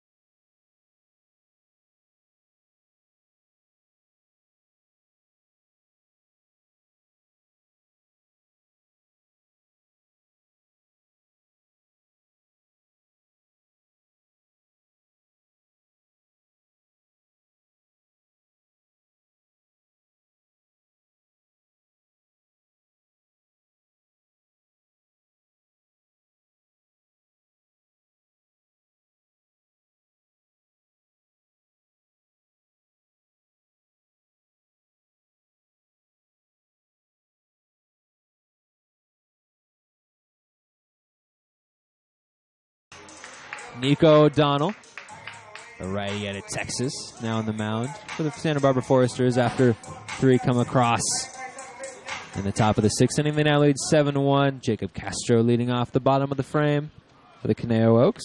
Castro has reached base both times today, singled in the first, walked in the third, was stranded both times. The first pitch is low from O'Donnell. It's 1-0. Nico O'Donnell this season. Yet another dominant arm from the Foresters. He's gone 17 innings, a 1.59 ERA, 3 earned runs, 3 runs, as Castro unloads on the 1-0 pitch. That one's skied to right center. The right fielder, Blake Hall, goes back, makes the catch. He runs towards the wall for the first out of the inning. It's only 3 runs allowed this season by Nico O'Donnell as Ryan Yamashiro comes up to the plate. 16 strikeouts, but 11 walks. 6 hits allowed. Only 6 hits allowed all season. Incredible. So a low whip, low ERA. The only issue with him is his strikeout to walk ratio. It's not as high as he would like it to be. The first pitch in to Yamashiro touches the outside corner, 0-1. This is just such a Foresters type of game today, Zach. Taking advantage of a couple mistakes by the Oaks, 2 out, clutch knocks, dominant pitching. Yeah. The 0-1 misses high, and it's 1-1.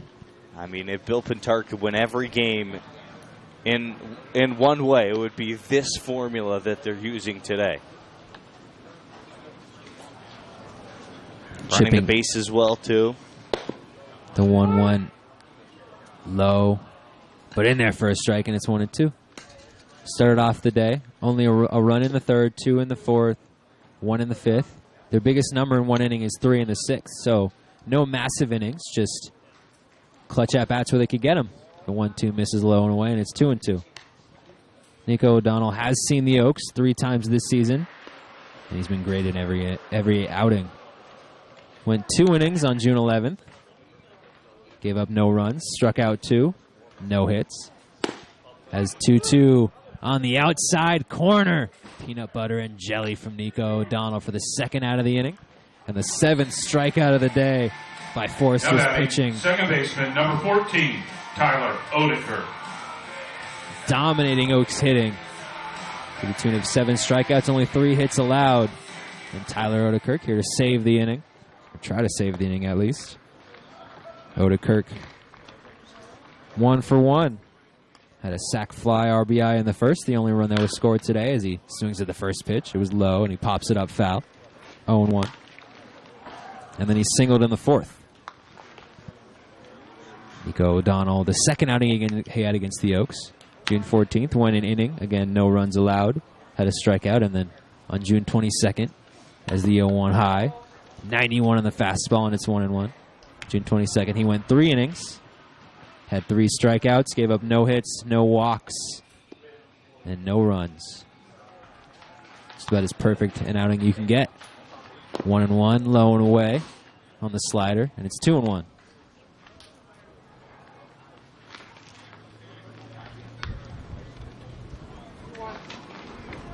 And the Foresters look playoff ready, Jordan. They do. Every last bit of it. 2-1. Up and in, and it's 3-1. I'm watching this team, and I'm imagining how good they were last year, and I'm still trying to figure out how any team really has ever beat them. I mean, I know in a game situation it can be done, but it seems they seem almost unbeatable. As the 3-1 is high, a 5-pitch walk to Tyler Oedekerk. First walk of the day drawn by the Oaks. And Oedekerk trying to start a little 2-out rally. Ramon Gomez up to the plate. Ramon Gomez. 0 for 2, grounded into what was a 5-4 fielder's choice in the fourth. Ended up reaching. Was stranded there. One of 4 Oaks that have been stranded today. Only 1 run has come across.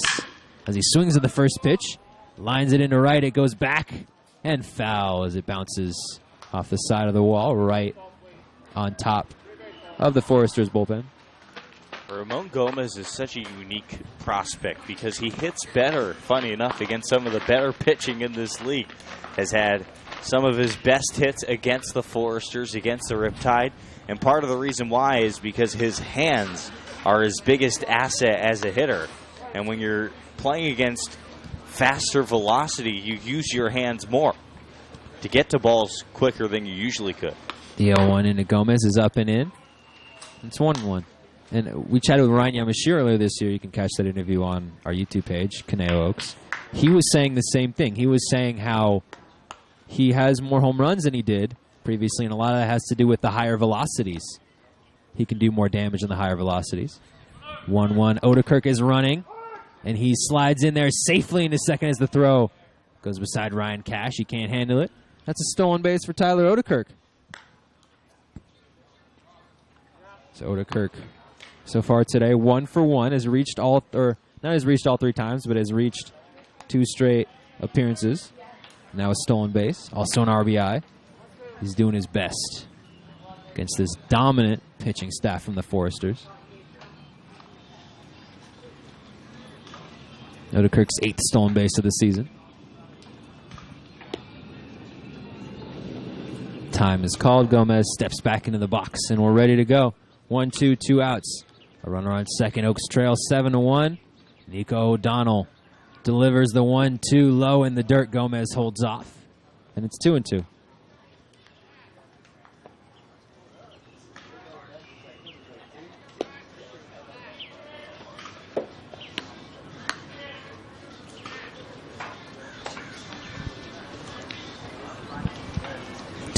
Two outs.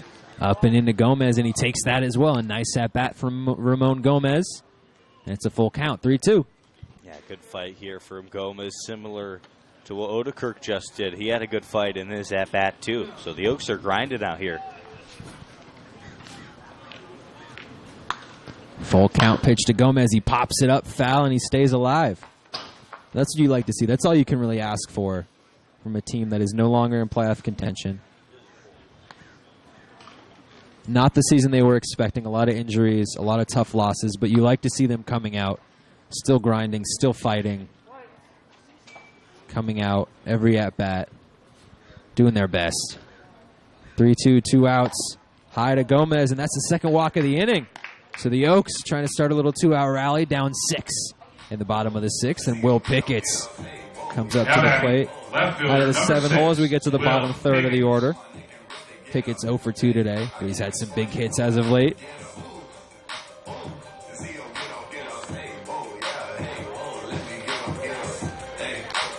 Will Pickett's 3 RBIs this season, but 2 of them came against the Oaks' 4-1 win over the Blues earlier this week, as there's a little mound meeting going on between Nico O'Donnell and Conor Pavulon. This is the most we've gotten to enjoy the Lonzo Ball rap. 40 seconds of it right there. Do you know what the song is called, Jordan? Big Baller. I don't know. That's a good guess. Yeah, I don't. Big baller rap, something like that. Big Baller rap. That's what we'll go with. Nico O'Donnell ready to go. Will Pickett's ready to go. He's up. Tyler Oedekerk on second. Gomez on first. First pitch. A ranging curveball that drops in. Way inside, and it's 1-0. Plenty of room in left center field here. See Eric Kennedy playing shallow and shaded to his right out in center field. Pickett's. As Pavulon jumps up, Oedekerk slides back to second. The throw from Pavulon goes into center, but Tyler Oedekerk can't jump up quick enough. Stays at second as Kennedy tosses the ball in, and it's 2-0 to Will Pickett's. So Nico O'Donnell walks 12 and 13 of the year. Going in, looking at the stats, that's been his one issue this year. Not a lot of hits allowed, a lot of strikeouts, but a lot of walks as well. There's a mound meeting. Pitching coach coming out. Zach Fresno heading in at first. Ryan Cash heading in. I wonder what they're talking about, maybe trying to execute. Get Will Pickett's out, but talking some strategy. Calming him down a little bit. He's missed a lot in this inning. Well, he's walked 2 in a row, and he's behind 2-0. I think it's something along the lines of get it in the zone. Figure it out, man. Yeah. Come on. Well, I'm sure a little bit more detailed than that. Probably talking about his mechanics right now. Yeah. Straighten something out.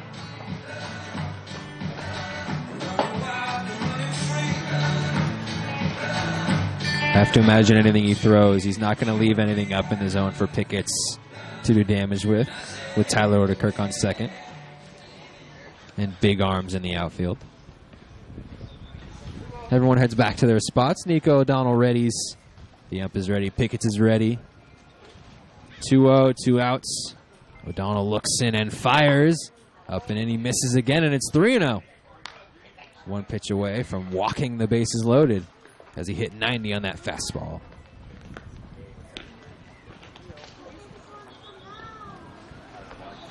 Fourth to last game of the season today, Jordan. As 3-0, up and in, and that's a 4-pitch walk.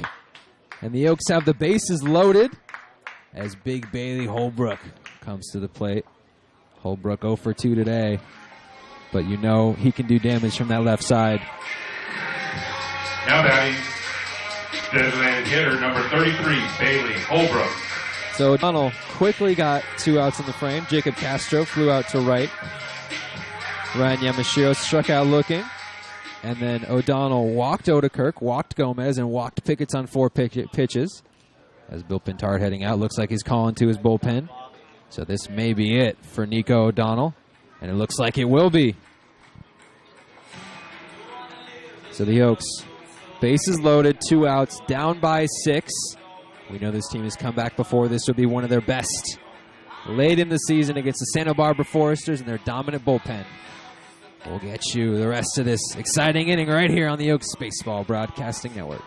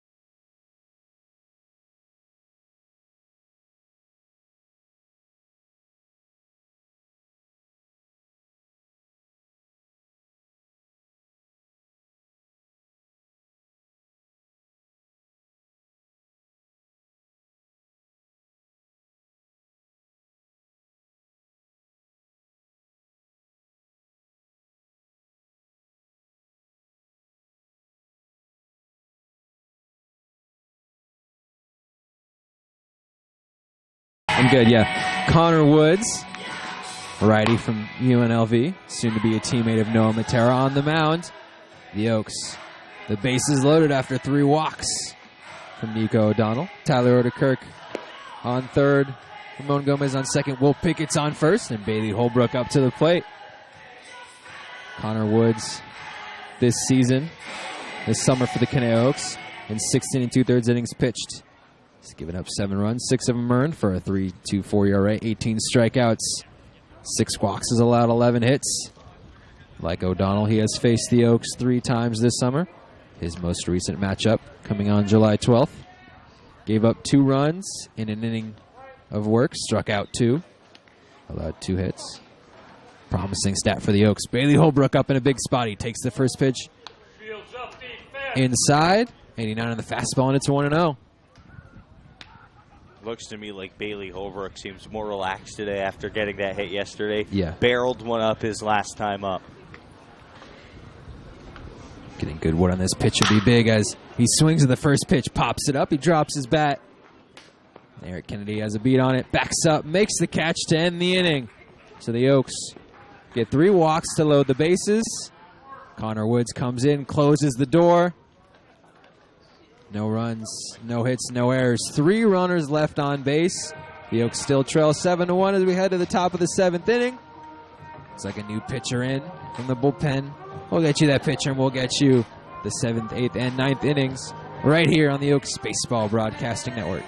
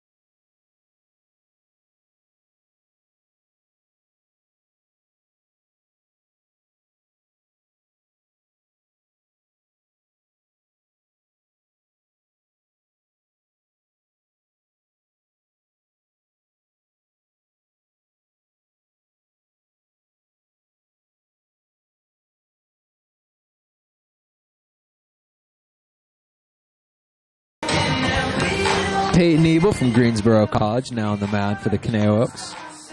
Trailing 7-1. Foresters 1 run in the third, 2 in the fourth, 1 in the fifth, and 3 in the sixth. They'll be up in the top of the seventh. And for play-by-play for the rest of this contest, my broadcast partner, Jordan Brenner. Jordan. Thank you, Zach. Terrific job today. Matt Struther went an inning in the third of work. An inning in the third innings. 3 runs they were earned. Gave up 3 hits as well and struck out a batter. We saw Morgan yesterday getting ready to come into the game against the Riptide. Never actually entered the game, so he gets work today. He is nephew of the Dodgers third base coach, Dino Ebel. For Peyton this summer, he has a good record at 2-0. And in 11 in the third innings, he has a 4.76 ERA. Has struggled with command, 9 walks, 5 Ks. And he is in against Spencer Jones. He lays one into left field. It drops in the corner. That's the third hit for Jones. He's going for 2. The throw is not in time.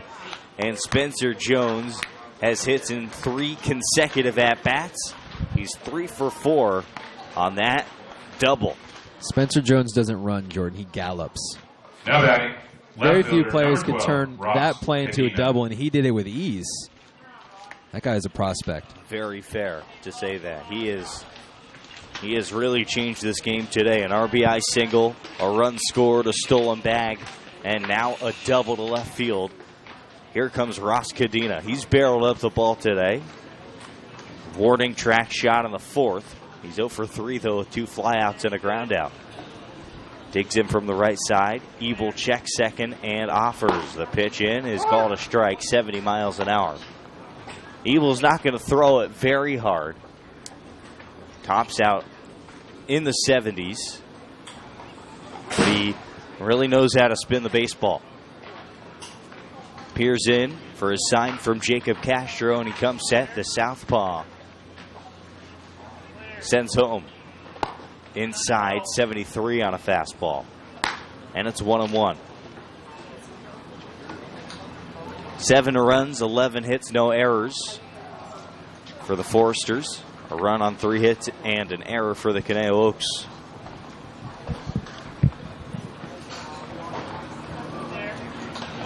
Ebel collects. And now the pitch home. Swing and a miss. So 1-2 count. Look around the CCL leaderboards. You see a whole bunch of Santa Barbara Foresters. ERA leader, Isaac Coffey, who has a sub-1 ERA in 18 in the third innings of work. The Oaks are part of that sample size. Cadena steps out. You also see a lot of Oaks for the CCL leading pitchers. We've talked a lot about Travis Weston and Jacob Flores. How about Carson Carter and Noah Matera in top 10 of ERA as well? The 1-2 is down and inside 2-2. And I'm referencing only CCL numbers, just to be clear. So Noah Matera, believe it or not, 16 in the third innings, a 1.65 ERA. We saw him yesterday have a very good start against the Riptide. 4 innings of 1-run baseball. The 2-2 in, Cadena takes low and inside. The count's full. And you know what this tells me, Zach? It tells me that the defense has just been atrocious behind some of these pitchers. You know, Jerry Ramirez just comes to mind as one of those pitchers who has just thrown way better than his numbers will tell you. It's a 3-2 count with a runner on second. Nobody gone to the top of the 7th. The pitch is swung on and missed. Cadena strikes out. He's 0 for 4. And Ebel tortures him with an off-speed pitch low. You know, I was thinking back today, actually, too. Before the season started, you mentioned to me you were excited. You told me the starting rotation is going to be nasty. And I was thinking back today, kind of reflecting, well, was it? Looking at the numbers, it has been. Even Carson Carter jumping into the rotation, Noah Matera jumping in the rotation. Jay Ramirez has been good. Eric Ma has been good in some spot starts. Eric Ma has had some solid outings. Yes. Today, pretty good. Yeah. Jacob Flores, fantastic all year until his last start. Travis Weston has been great. As you mentioned, it's been the defense and the bullpen that's really been the issue, and then lately the offense. outside on a fastball, 1-0. But for the most part, the strength of this team has been their starting pitching. It's kept them in a lot of games, whereas the bullpen has played them out of a lot of games, as well as the defense. It's now a 1-0 count to Blake Hall. He's halfway to the cycle with a triple and a double and 3 at-bats. He's also scored twice and driven in a run. And he's in a 1-1 count now as that fastball skims the outside corner out 79. Now you move over to the CCL leading hitters. That's a different story. Yeah. You don't see very many Conejo's. I'm going to guess a lot of Foresters, Riptide, maybe a Prune Packer, and some Saints. No. Not too many Foresters. Really? If you're Eric Kennedy? Looking at average. Okay. You are looking at Eric Kennedy as the leader, but beyond that, you see a lot of Lincoln Potters. Okay. Arroyo Seco, Slow. Really spread around quite nicely. You know, San Luis Obispo, a team that hits not the deepest lineup, but they got 3 hitters in Ryan Cole, Tyson Corio, and Hunter Swift who could barrel it up, and definitely they can string some hits together. Nico Lima sneaking in there, I'm guessing. Actually, no. The 1-1. Grounded foul. Inside shot.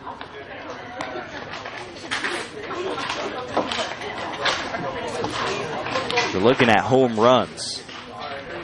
You're looking at Thomas Lovano and Andy Garriola, the 2 tanks in the middle of Arroyo Seco's lineup.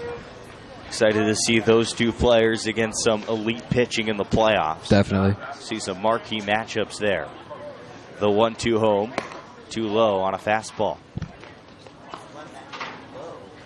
So Tom Lovano has the lead with 5 on the CCL season. And then 3 players are tied for second with 4. Cam Blake of Healdsburg, Zach Fresno, who's hitting 3rd for the Foresters, and Andy Garriola of the Saints. 2-2 line drive into left center field. Pickett's a bad route, but he slides in front of it and makes the catch for out number 2. He started back as if he was going to cut off a double in the gap, realized the ball was hanging up, and he just slid forward and made the catch. I mean, I don't blame him. Basically, every ball into left field has been a double or more, a double, a triple. He's taken a lot of damage in left, running and picking up balls, so I don't blame him. Recovers, makes a nice play. Conor Pavulon, done something productive in each at-bat. Double to right center in the second. An RBI sac fly in the 4th, and it was hit by pitch and scored in the 6th. Hits here with a runner on second and 2 gone. High chopper to short. Tough hop for Baldovino. His throw is low. Gets by Yamashiro into the Foresters dugout. And Spencer Jones scores all the way from second. You know that was a bad hop if Ryan Yamashiro can't handle it. That'll be an error on Gabe Baldovino. And the Foresters are now up 8-1. I took a tough hop on Baldovino. Popped up. But you still have to make that play. His second error of the day, and he had a bad throw as well in the 1st inning. So a tricky hop turns into a bad throw. And Peyton Ebel gives up a run, though that will not be earned. And none of the runs he gives up in this inning will be. Now batting number 1, Tommy Holdwin. Tommy Holguin going to pinch hit for Tevin Tucker, the shortstop. Holguin is a left-handed hitter.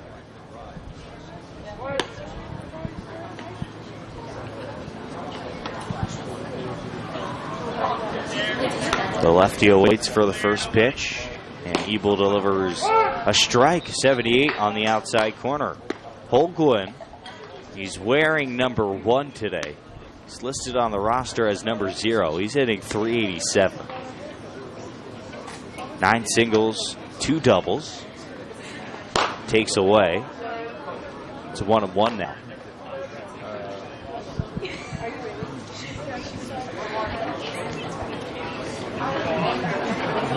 Peyton Ebel has looked good today. He has both pitches working, off speed and the heater.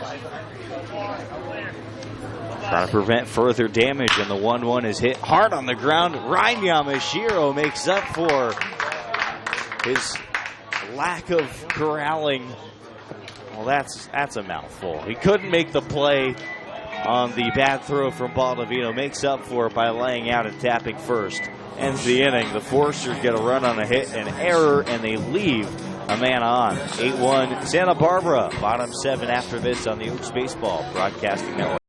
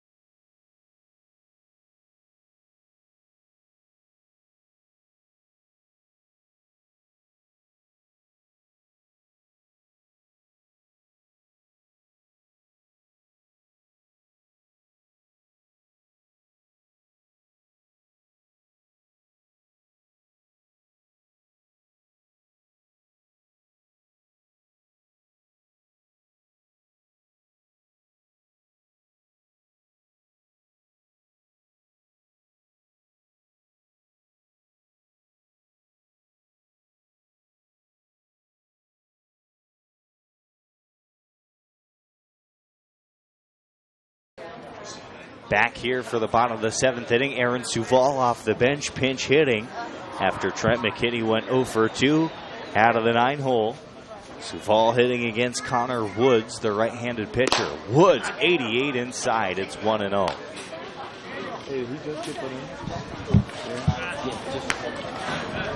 Woods ready into his wind, and here's the pitch. Swing and a miss, 87, right by Aaron Suval.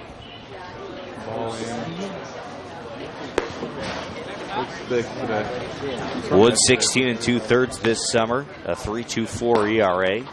Came in and got the final out of last inning as the 1-1 misses off the plate. 2 balls and a strike. Aaron Suval readies. Here's the 2-1 swing and a ground ball, left side foul. Suval's hitting .071, only 1 hit and 14 at-bats. He's walked once, he's driven in a run, and he's stolen a bag. Count even at 2. The set and the pitch. Called strike 3, 83, outer half. Aaron Suval strikes out looking. The first for Woods.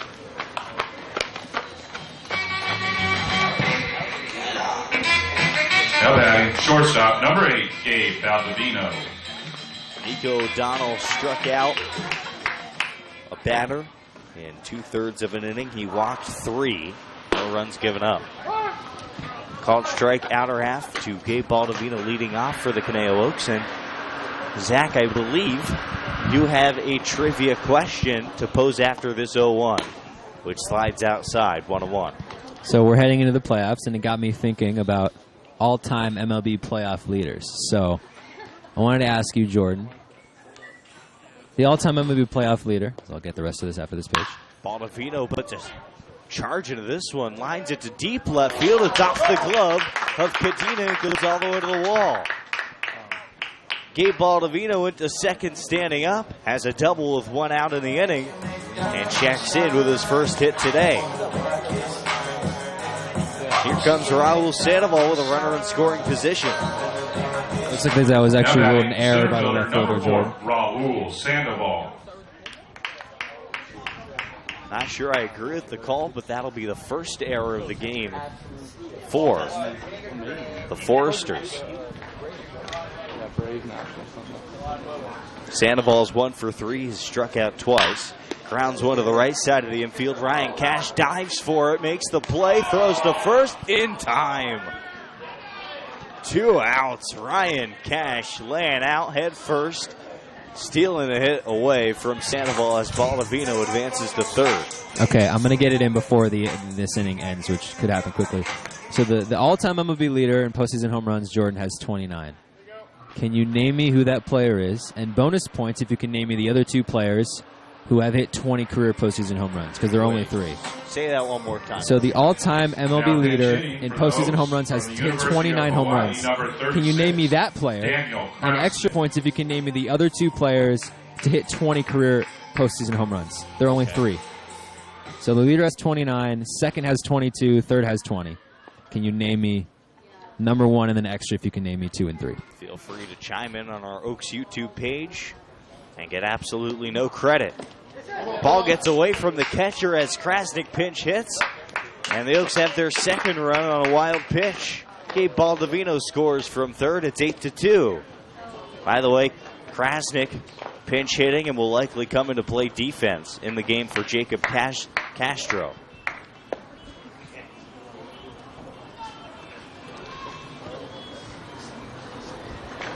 Krasnick's hitting .094, has 13 walks and an on-base percentage of .370. The 1-0 is at the knees. So 1-1.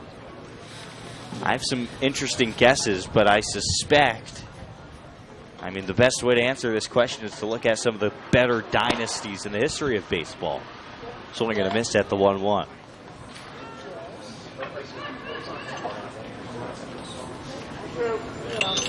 Well, it's interesting, I think, because some of the dynasties were back in the day when home runs were a little bit more at a premium. Swing and a miss, the 1-2. A good point. Put a cap on it. We'll come back on the next half inning and give you the answer to that trivia question. Daniel Krasnick strikes out, but the Oaks get a run on a hit. No errors, nobody left. 8-2 Santa Barbara, top 8 after this. Oaks Baseball Broadcasting Network.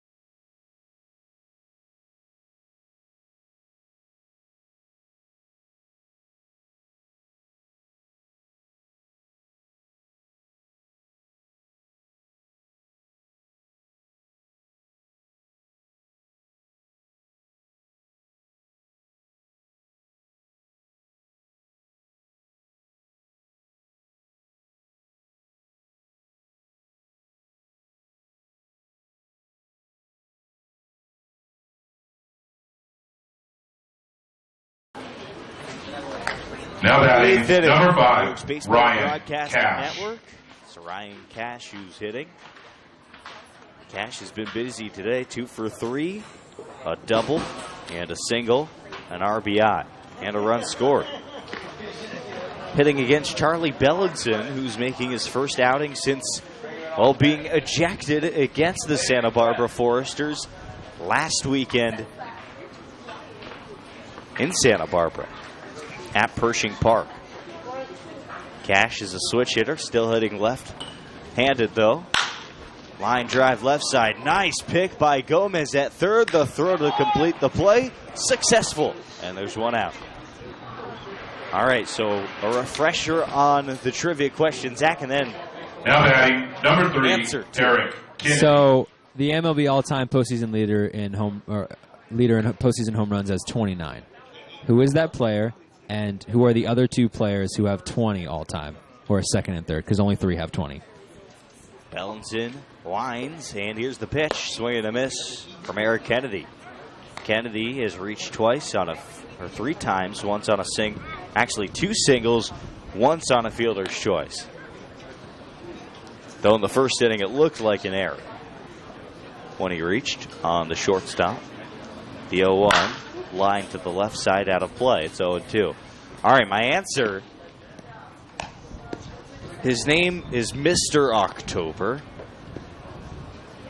I know he's a great home run hitter. I'm going to go with Reggie Jackson as the all-time leader. No, he's 5th with 18. Close. It's the 0-2. Chop foul. Give me another stab at it. No, of course. And I just want it comes down to plate appearances. So Reggie Jackson had 318 plate appearances. His home runs were more iconic. Not as many, although that's still pretty good. 18 for only 318 plate appearances. I will go with Albert Pujols. He is 4th with 19. Okay. Super close. The 0-2 pitch is low. 1 and 2. All right, give me the number 1. Manny Ramirez. He had that's 29. Manny Ramirez. I'm going to guess. Is Big Papi also up He's there? 7th with 17. Has around 100 less plate appearances. Breaking ball in the dirt, 2 and 2. All right, so who are the others with 20? So the 2 and 3 both came from the Yankees dynasty of the late 90s, early 2000s. Bernie Williams had 22, and Derek Jeter had 20. Wow. Surprising, I know. 2-2 missiled out to deep right field. McKinney turns. This one's left the yard. It is gone. Eric Kennedy continues to bully the Oaks today. On for the 4th time and checks in with a blast. 9-2 Santa Barbara. Eric Kennedy completely slaughtered that saucer from Bellinson into right field. A big league big fly from Kennedy. That's really what it was. Now batting number 34, on the Quinton summer. Selma. Just a towering blast into the trees along the right field wall. Swing and a foul tip from Quinton Selma. Hey, Eric Kennedy might be hitting home runs in the postseason one day. He's got that kind of talent. You never know. Yeah, the Jeter one honestly surprised me because I don't think of him as a home run hitter, but he played in the playoffs basically his entire career. 0-1 is away. 1-1. There's been a lot of anti-Jeter rhetoric going around recently. I understand maybe not the best defender according to analytics. Yeah, that was a surprise to me too, according to Twitter. But the magnitude of the plays he made and the leadership qualities and that clutch factor. 1-1 is fouled off. It's 1-2. Unmatched. And the way he went about his business, you'd be hard-pressed to find a better role model. You know, I'm looking at these all-time playoff stats, and Jeter is first in plate appearances, first in runs, first in total bases, first in hits, first in doubles, third in home runs, first in triples. Crazy. I mean, the guy was everywhere. First ballot. Too low on the 1-2, and it's 2-2. I mean, you talk about how he won 5 titles.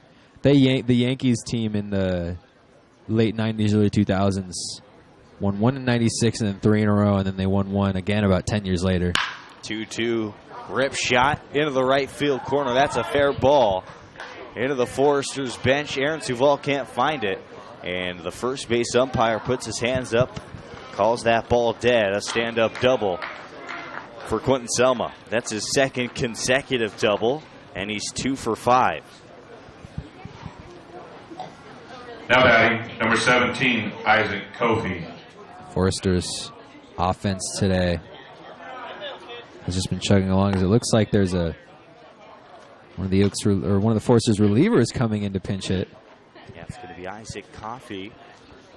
hitting here. In the 3 spot, okay. On the summer, he is hitless, though he scored a run as he's drawn 5 walks. He's also struck out 7 times. 8 times, excuse me, one of them. He's had 19 at-bats.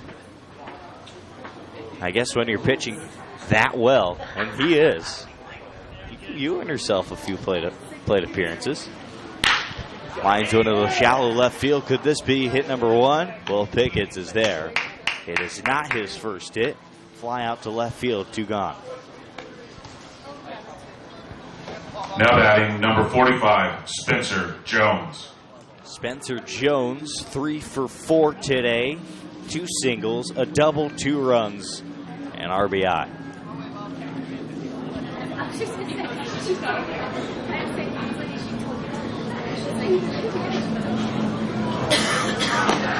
Bellinson sets at the belt. Sighs and offers outside. 87. Bellinson goes to Brown University. Asked him about the time he was ejected against the Foresters, which then led to David Solis's second ejection of his career. The 1-0 is called a strike, 1-1. And he said he didn't even think he did too much to earn that. Obviously, it was emotional on the mound. We both remember that, and he was animated. Yeah, definitely. But he said he didn't even say anything too bad.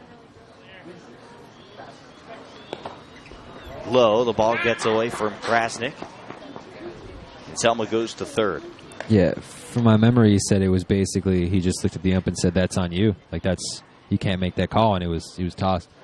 And I'm trying to remember. I think actually it was Solis ejected first, arguing the balk, and then Bellinson. Oh, that's right. Right at the end of the inning, and it was weird because there was no motion from the ump.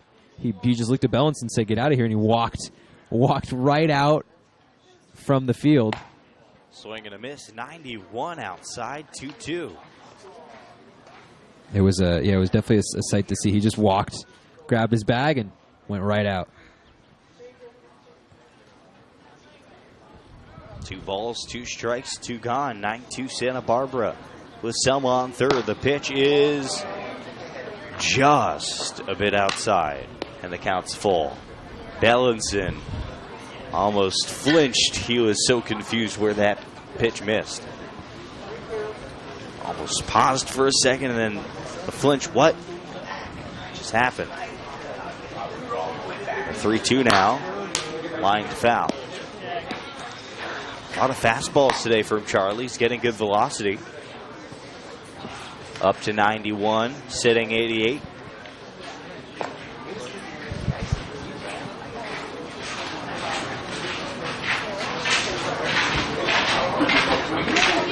And we'll do the payoff pitch again. Already a run across in this inning on Eric Kennedy's 3rd home run of the season. The 3-2 pitch. Inside, it gets away. Krasnick back to the backstop. It takes a hard carom off the wall. And because of that, Selma holds at third. There are runners now on the corner for Ross Cadena. So Jones aboard for the 4th time today. This time now to walk. Number 4, Drew Baker. Jones has been in the middle of much of what has happened today for the Foresters. A couple of stolen bases, an RBI, 3 hits, a couple of runs. It's been all over the place.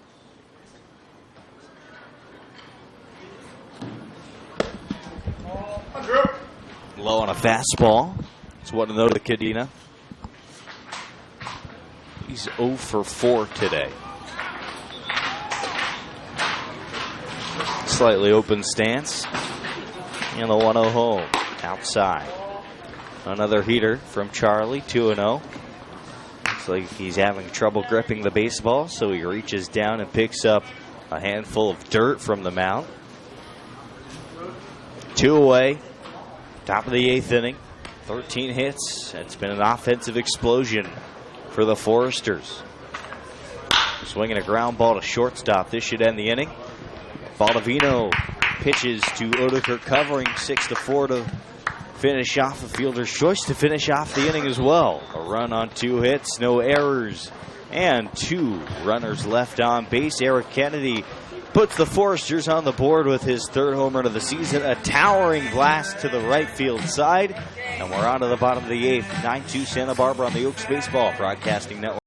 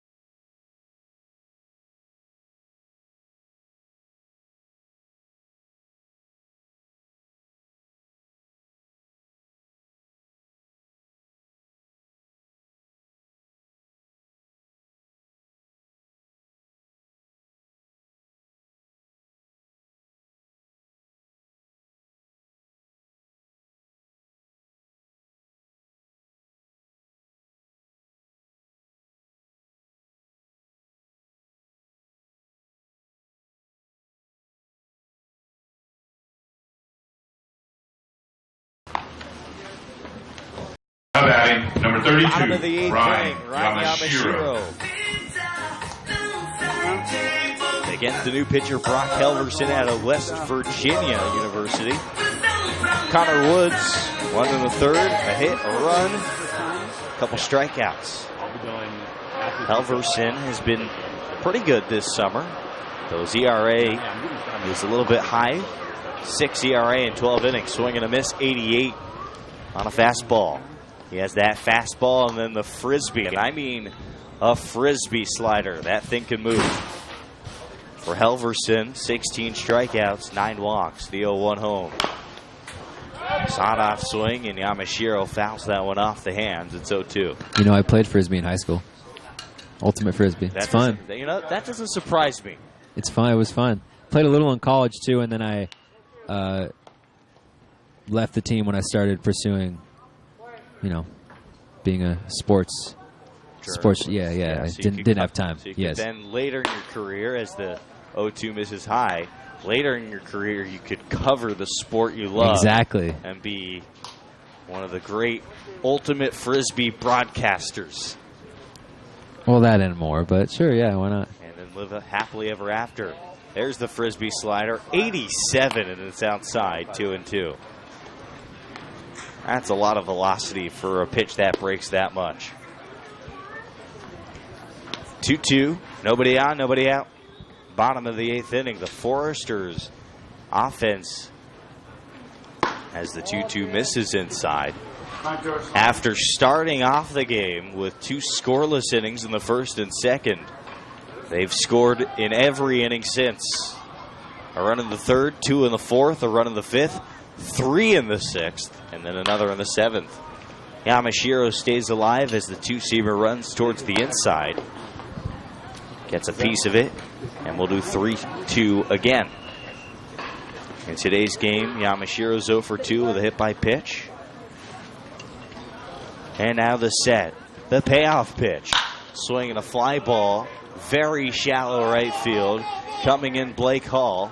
It's going to be the second baseman who makes the catch. It looks like that's not going to be Ryan Cash. That will actually be... Now batting, number 14, Tyler Oedekerk.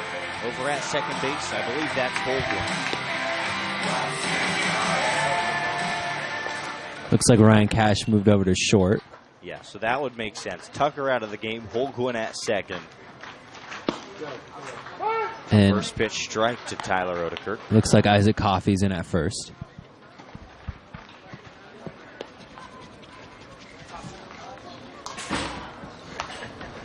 The 0-1 is another strike. It's 0-2.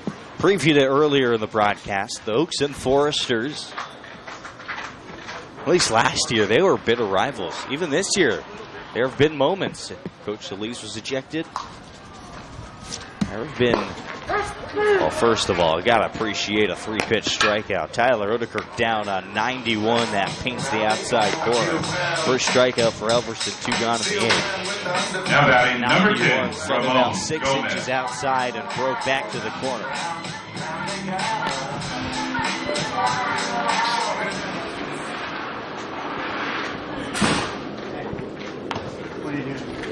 Talking about free basketball. And that's going to be high. 1-0 to Ramon Gomez. So you look at the rivalry between the Oaks and Foresters, and specifically between Coach Solis and Bill Pintard. So 1-0 is swung and a missed. It's 1-1. You look at Jackson Simonsgard over the years, known on the Oaks for his ability to shut down the Foresters as a left-handed pitcher. He's doing big things at Rogers State. Finally earned that D1, or that opportunity to finish his degree.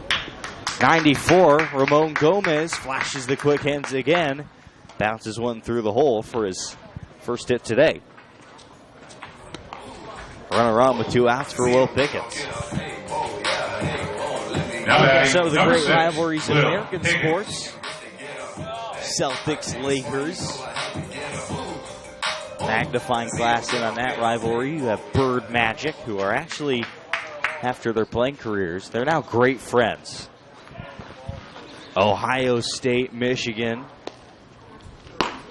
First pitch strike, Will Pickett's. We saw Jim Harbaugh throw a little shade at Urban Meyer this week with his comments about, trouble following Urban wherever he goes, and Ohio State promoting Urban Meyer to, what was it? The dean of 0-1 is off the plate 1-1. It was something like he was teaching a class on leadership. Yeah. Well, I mean, I must say Harbaugh, nothing he said was a lie. Everything he said was 100% true. And hey, I'm on the Ohio State side of things. My whole family, Buckeyes, forever.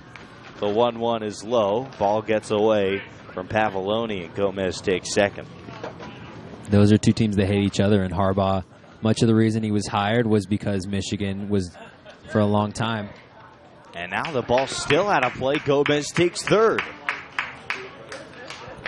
Just a lack of focus between Pavulon and Helverson. Saw Roger Federer earlier, I think it was this week, might have been last week, lose in the Wimbledon finals to Djokovic. And I know that rivalry isn't, as well known as a Federer-Nadal. But the 2-1 is high. It's now 3-1. It's kind of turning into a 3-way rivalry at this time. It has been for the last 4 or 5 years. I mean, there's you talk about 3 guys who are all at the top of their game. Duke, Carolina.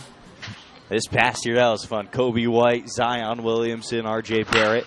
Will Pickett rolls one through the middle, and the Oaks have 3 runs. An RBI single for Will, and that's his first hit today. He's 1 for 3.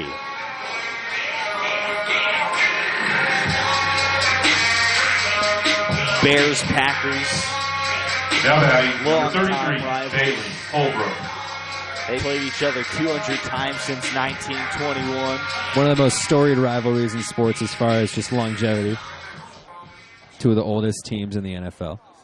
Recently, at least from my life, I understand this rivalry goes way back, but Randall Cobb's touchdown when Aaron Rodgers was dancing around. He ran to his left, delivered a strike on the run to secure a division championship for the Packers.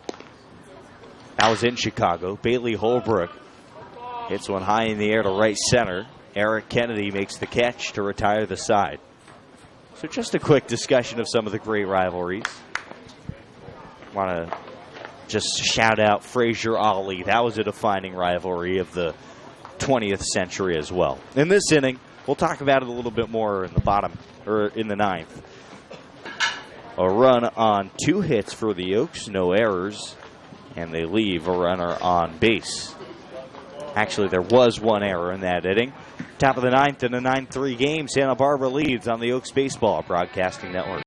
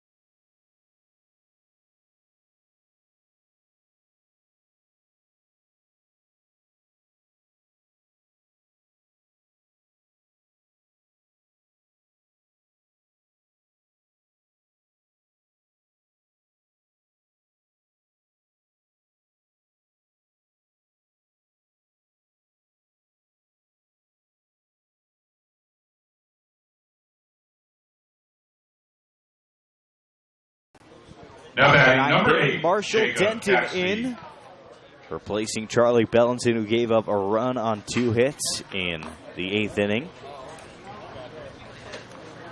Marshall Denton out of Arkansas against what is a pinch hitter for the Santa Barbara Foresters. It's going to be number 8, Jacob Catsby. 287 hitter, ground ball to second, right at Oedekerk, 4-3, 1 away. Next up is Conor Pavulon. Unless we see another pinch hitter. Well, it looks like Pavulon will Now make his number 5th 39, appearance. Conor Pavulon. Pavulon in this game has been busy. A double, a sac fly hit by pitch, and he reached on an error his last time up in the 7th. So he's been on base 3 of his 4 times, and the other he has his lone RBI. Marshall Denton serves him a slider away. It's 1-0. Marshall Denton's numbers, 9 1/3 innings, 2.89 ERA with 4 strikeouts and 1 walk, and he's been terrific recently. Sets, here's the 1-0. We talked about some great rivalries in the spirit of the Oaks Foresters rivalries. Got to mention Sox Yankees, and thought one of my favorites to look back is John McEnroe and Bjorn Borg. The 1-1 slider. It's away. That's a tennis rivalry. John McEnroe. Look at all that hair. My yeah, goodness. exactly. Look, so much hair. The headbands. Sheesh. They were so opposite, Zach, in almost every way, in how they played. Borg, a baseline guy, and McEnroe to the net volley specialist. That's a ground ball for a base hit up the middle. I think more than that, though, they as far as their personalities. Exactly. McEnroe was kind of the bad boy of tennis for a long time. He's rode that all the way to ESPN. He's 30 years later, he's still talking about it on Wimbledon broadcasts. Right. That's a great one. What about Tonya Harding and Nancy Kerrigan? Sure. Famous. The 1990s. There's a whole movie about it. Margot Robbie was great in that. Strike one to Tommy Holguin, who pinch hit and was retired in the 7th.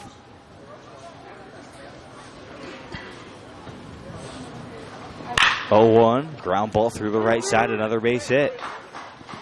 It's into right field where Aaron Suval is now playing, and 2 on and out.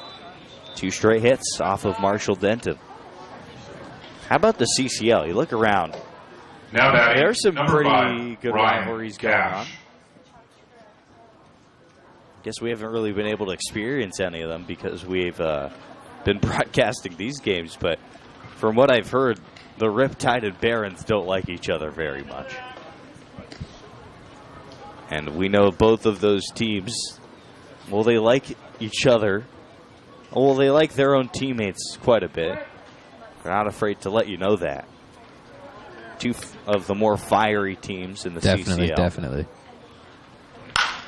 Line drive to left, out of play. The Oaks and San Luis Obispo Blues, I wouldn't say rivals, but the games have been so close and hard fought this year that there have been a number of intense moments. And I think those 2 teams, there's a lot of mutual respect there, and a lot of that comes from Coach Solis and the skipper Dan Marple. Yeah. Both talk very highly of each other. Fouled off. It's 0-2. I'm sure, I haven't heard anything about it, but it seems to me like the Riptide and Foresters would be a very intriguing matchup. Not sure a rivalry, but 2 teams that are pretty opposite from each other in how they go about their business. And the 0-2. Ground ball to second.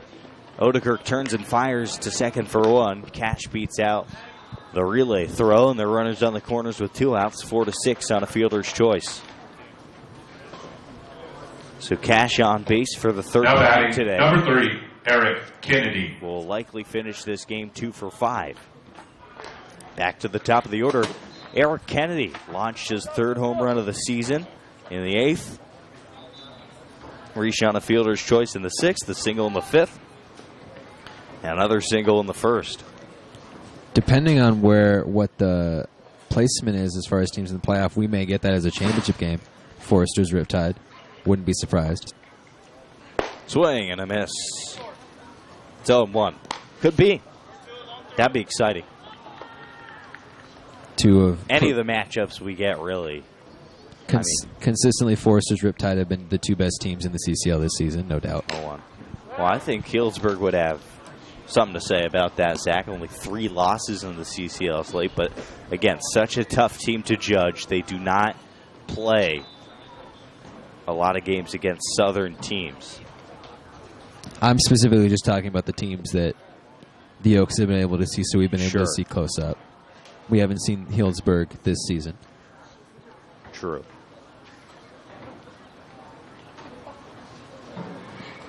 Oh, and 2 outs. Runners on the corners. Cash on first. Holguin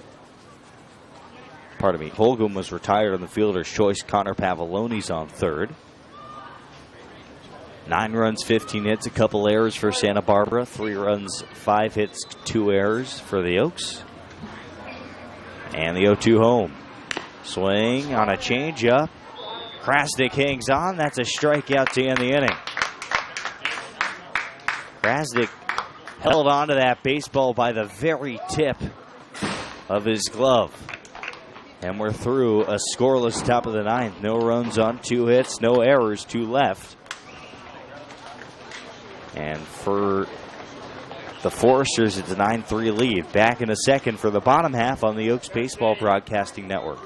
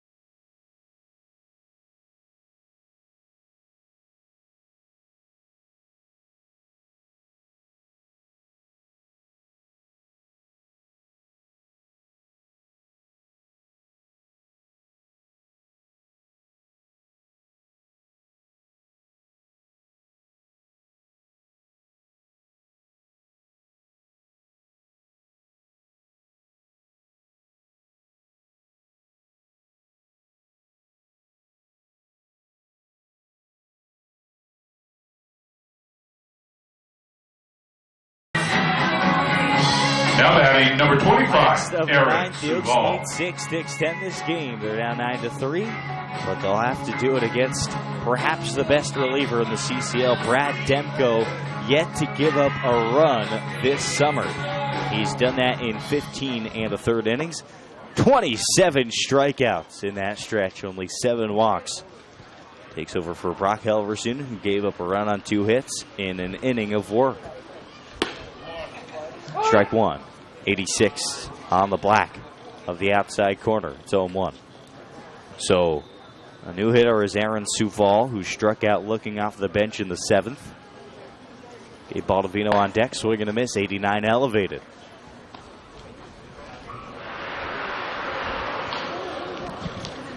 Short stroll around the hill. And Demco back on the rubber. He's ahead 0-2. Kicks, offers, and throws 89 wildly to the backstop. 1-2. Maybe that Bull Durham tactic. Get ahead, get 2 strikes on a hitter, then throw one to the backstop to maybe frighten the hitter for a second. Come right back in there. No mascot to hit. The 1-2 is grounded foul. That's true, no mascot to hit. Thank God they got the netting here so he couldn't hit the broadcast. I was going to say he could just toss it right at us.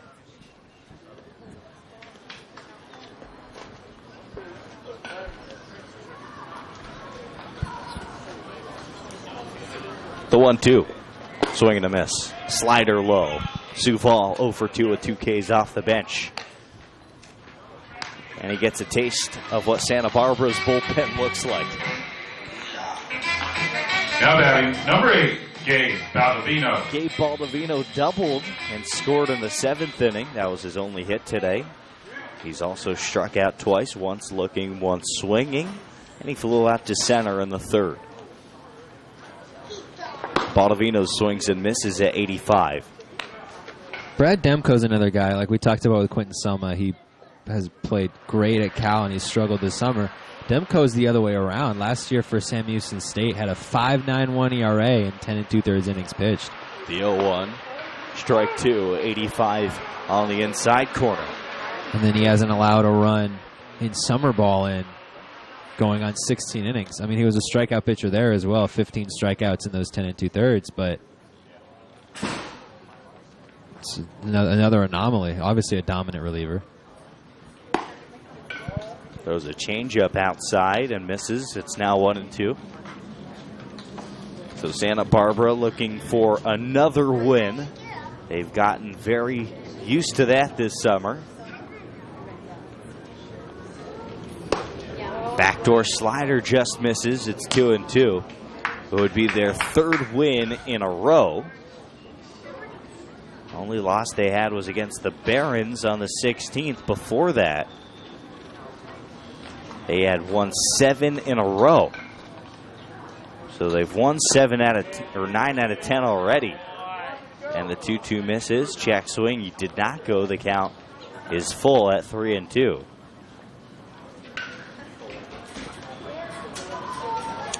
So trying to start another winning streak right here. They'd moved to 27-8 and 25-7 in the CCL. The full count pitch is swung on and missed. 2 straight swinging strikeouts for Brad Demco. And Gabe Baldovino has a hat trick of Ks against the Foresters. Here's Raul Sandoval. Singled back in the first. Number 4, Raul Sandoval. Also scored in the first. Since is 0 for 3 with 2 Ks and a ground out to second.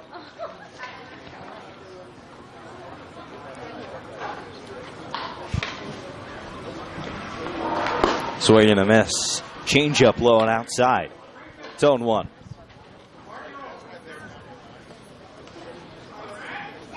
How about that for Demco? You come in, and all he's doing is throwing strikes. So that's what he's done all summer. Just getting bats to swing and miss. Just misses outside on a fastball. 1-1. Shadows beginning to illuminate the field.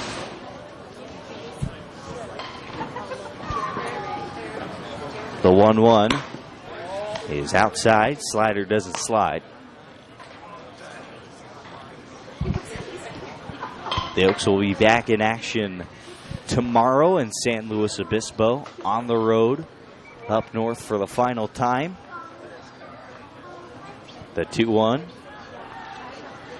Low and outside. 3 balls and a strike to Sandoval, who has laid off some tough pitches. That one 84 on a 2-seamer.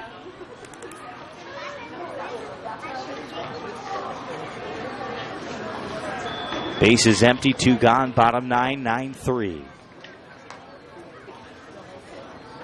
And the pitch is swung on and missed. The count is full. And Demco is 1 strike away from striking out the side.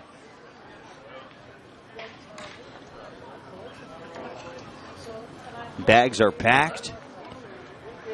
Meatloaf's in the refrigerator. Lights are off. And the 3-2 is swung on and drilled to right field. And Blake Hall makes the catch. Now the game is over. A 1-2-3 ninth for Brad Demco.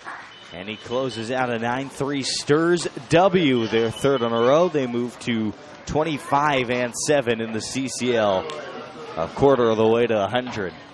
The Oaks, they dropped to 10-21 in the CCL slate, 12-22 overall. And this is exactly what the doctor ordered for Bill Pintard and the Foresters. A forest. Just a reminder to all those Conejo Oaks fans out there. Well. They strung together.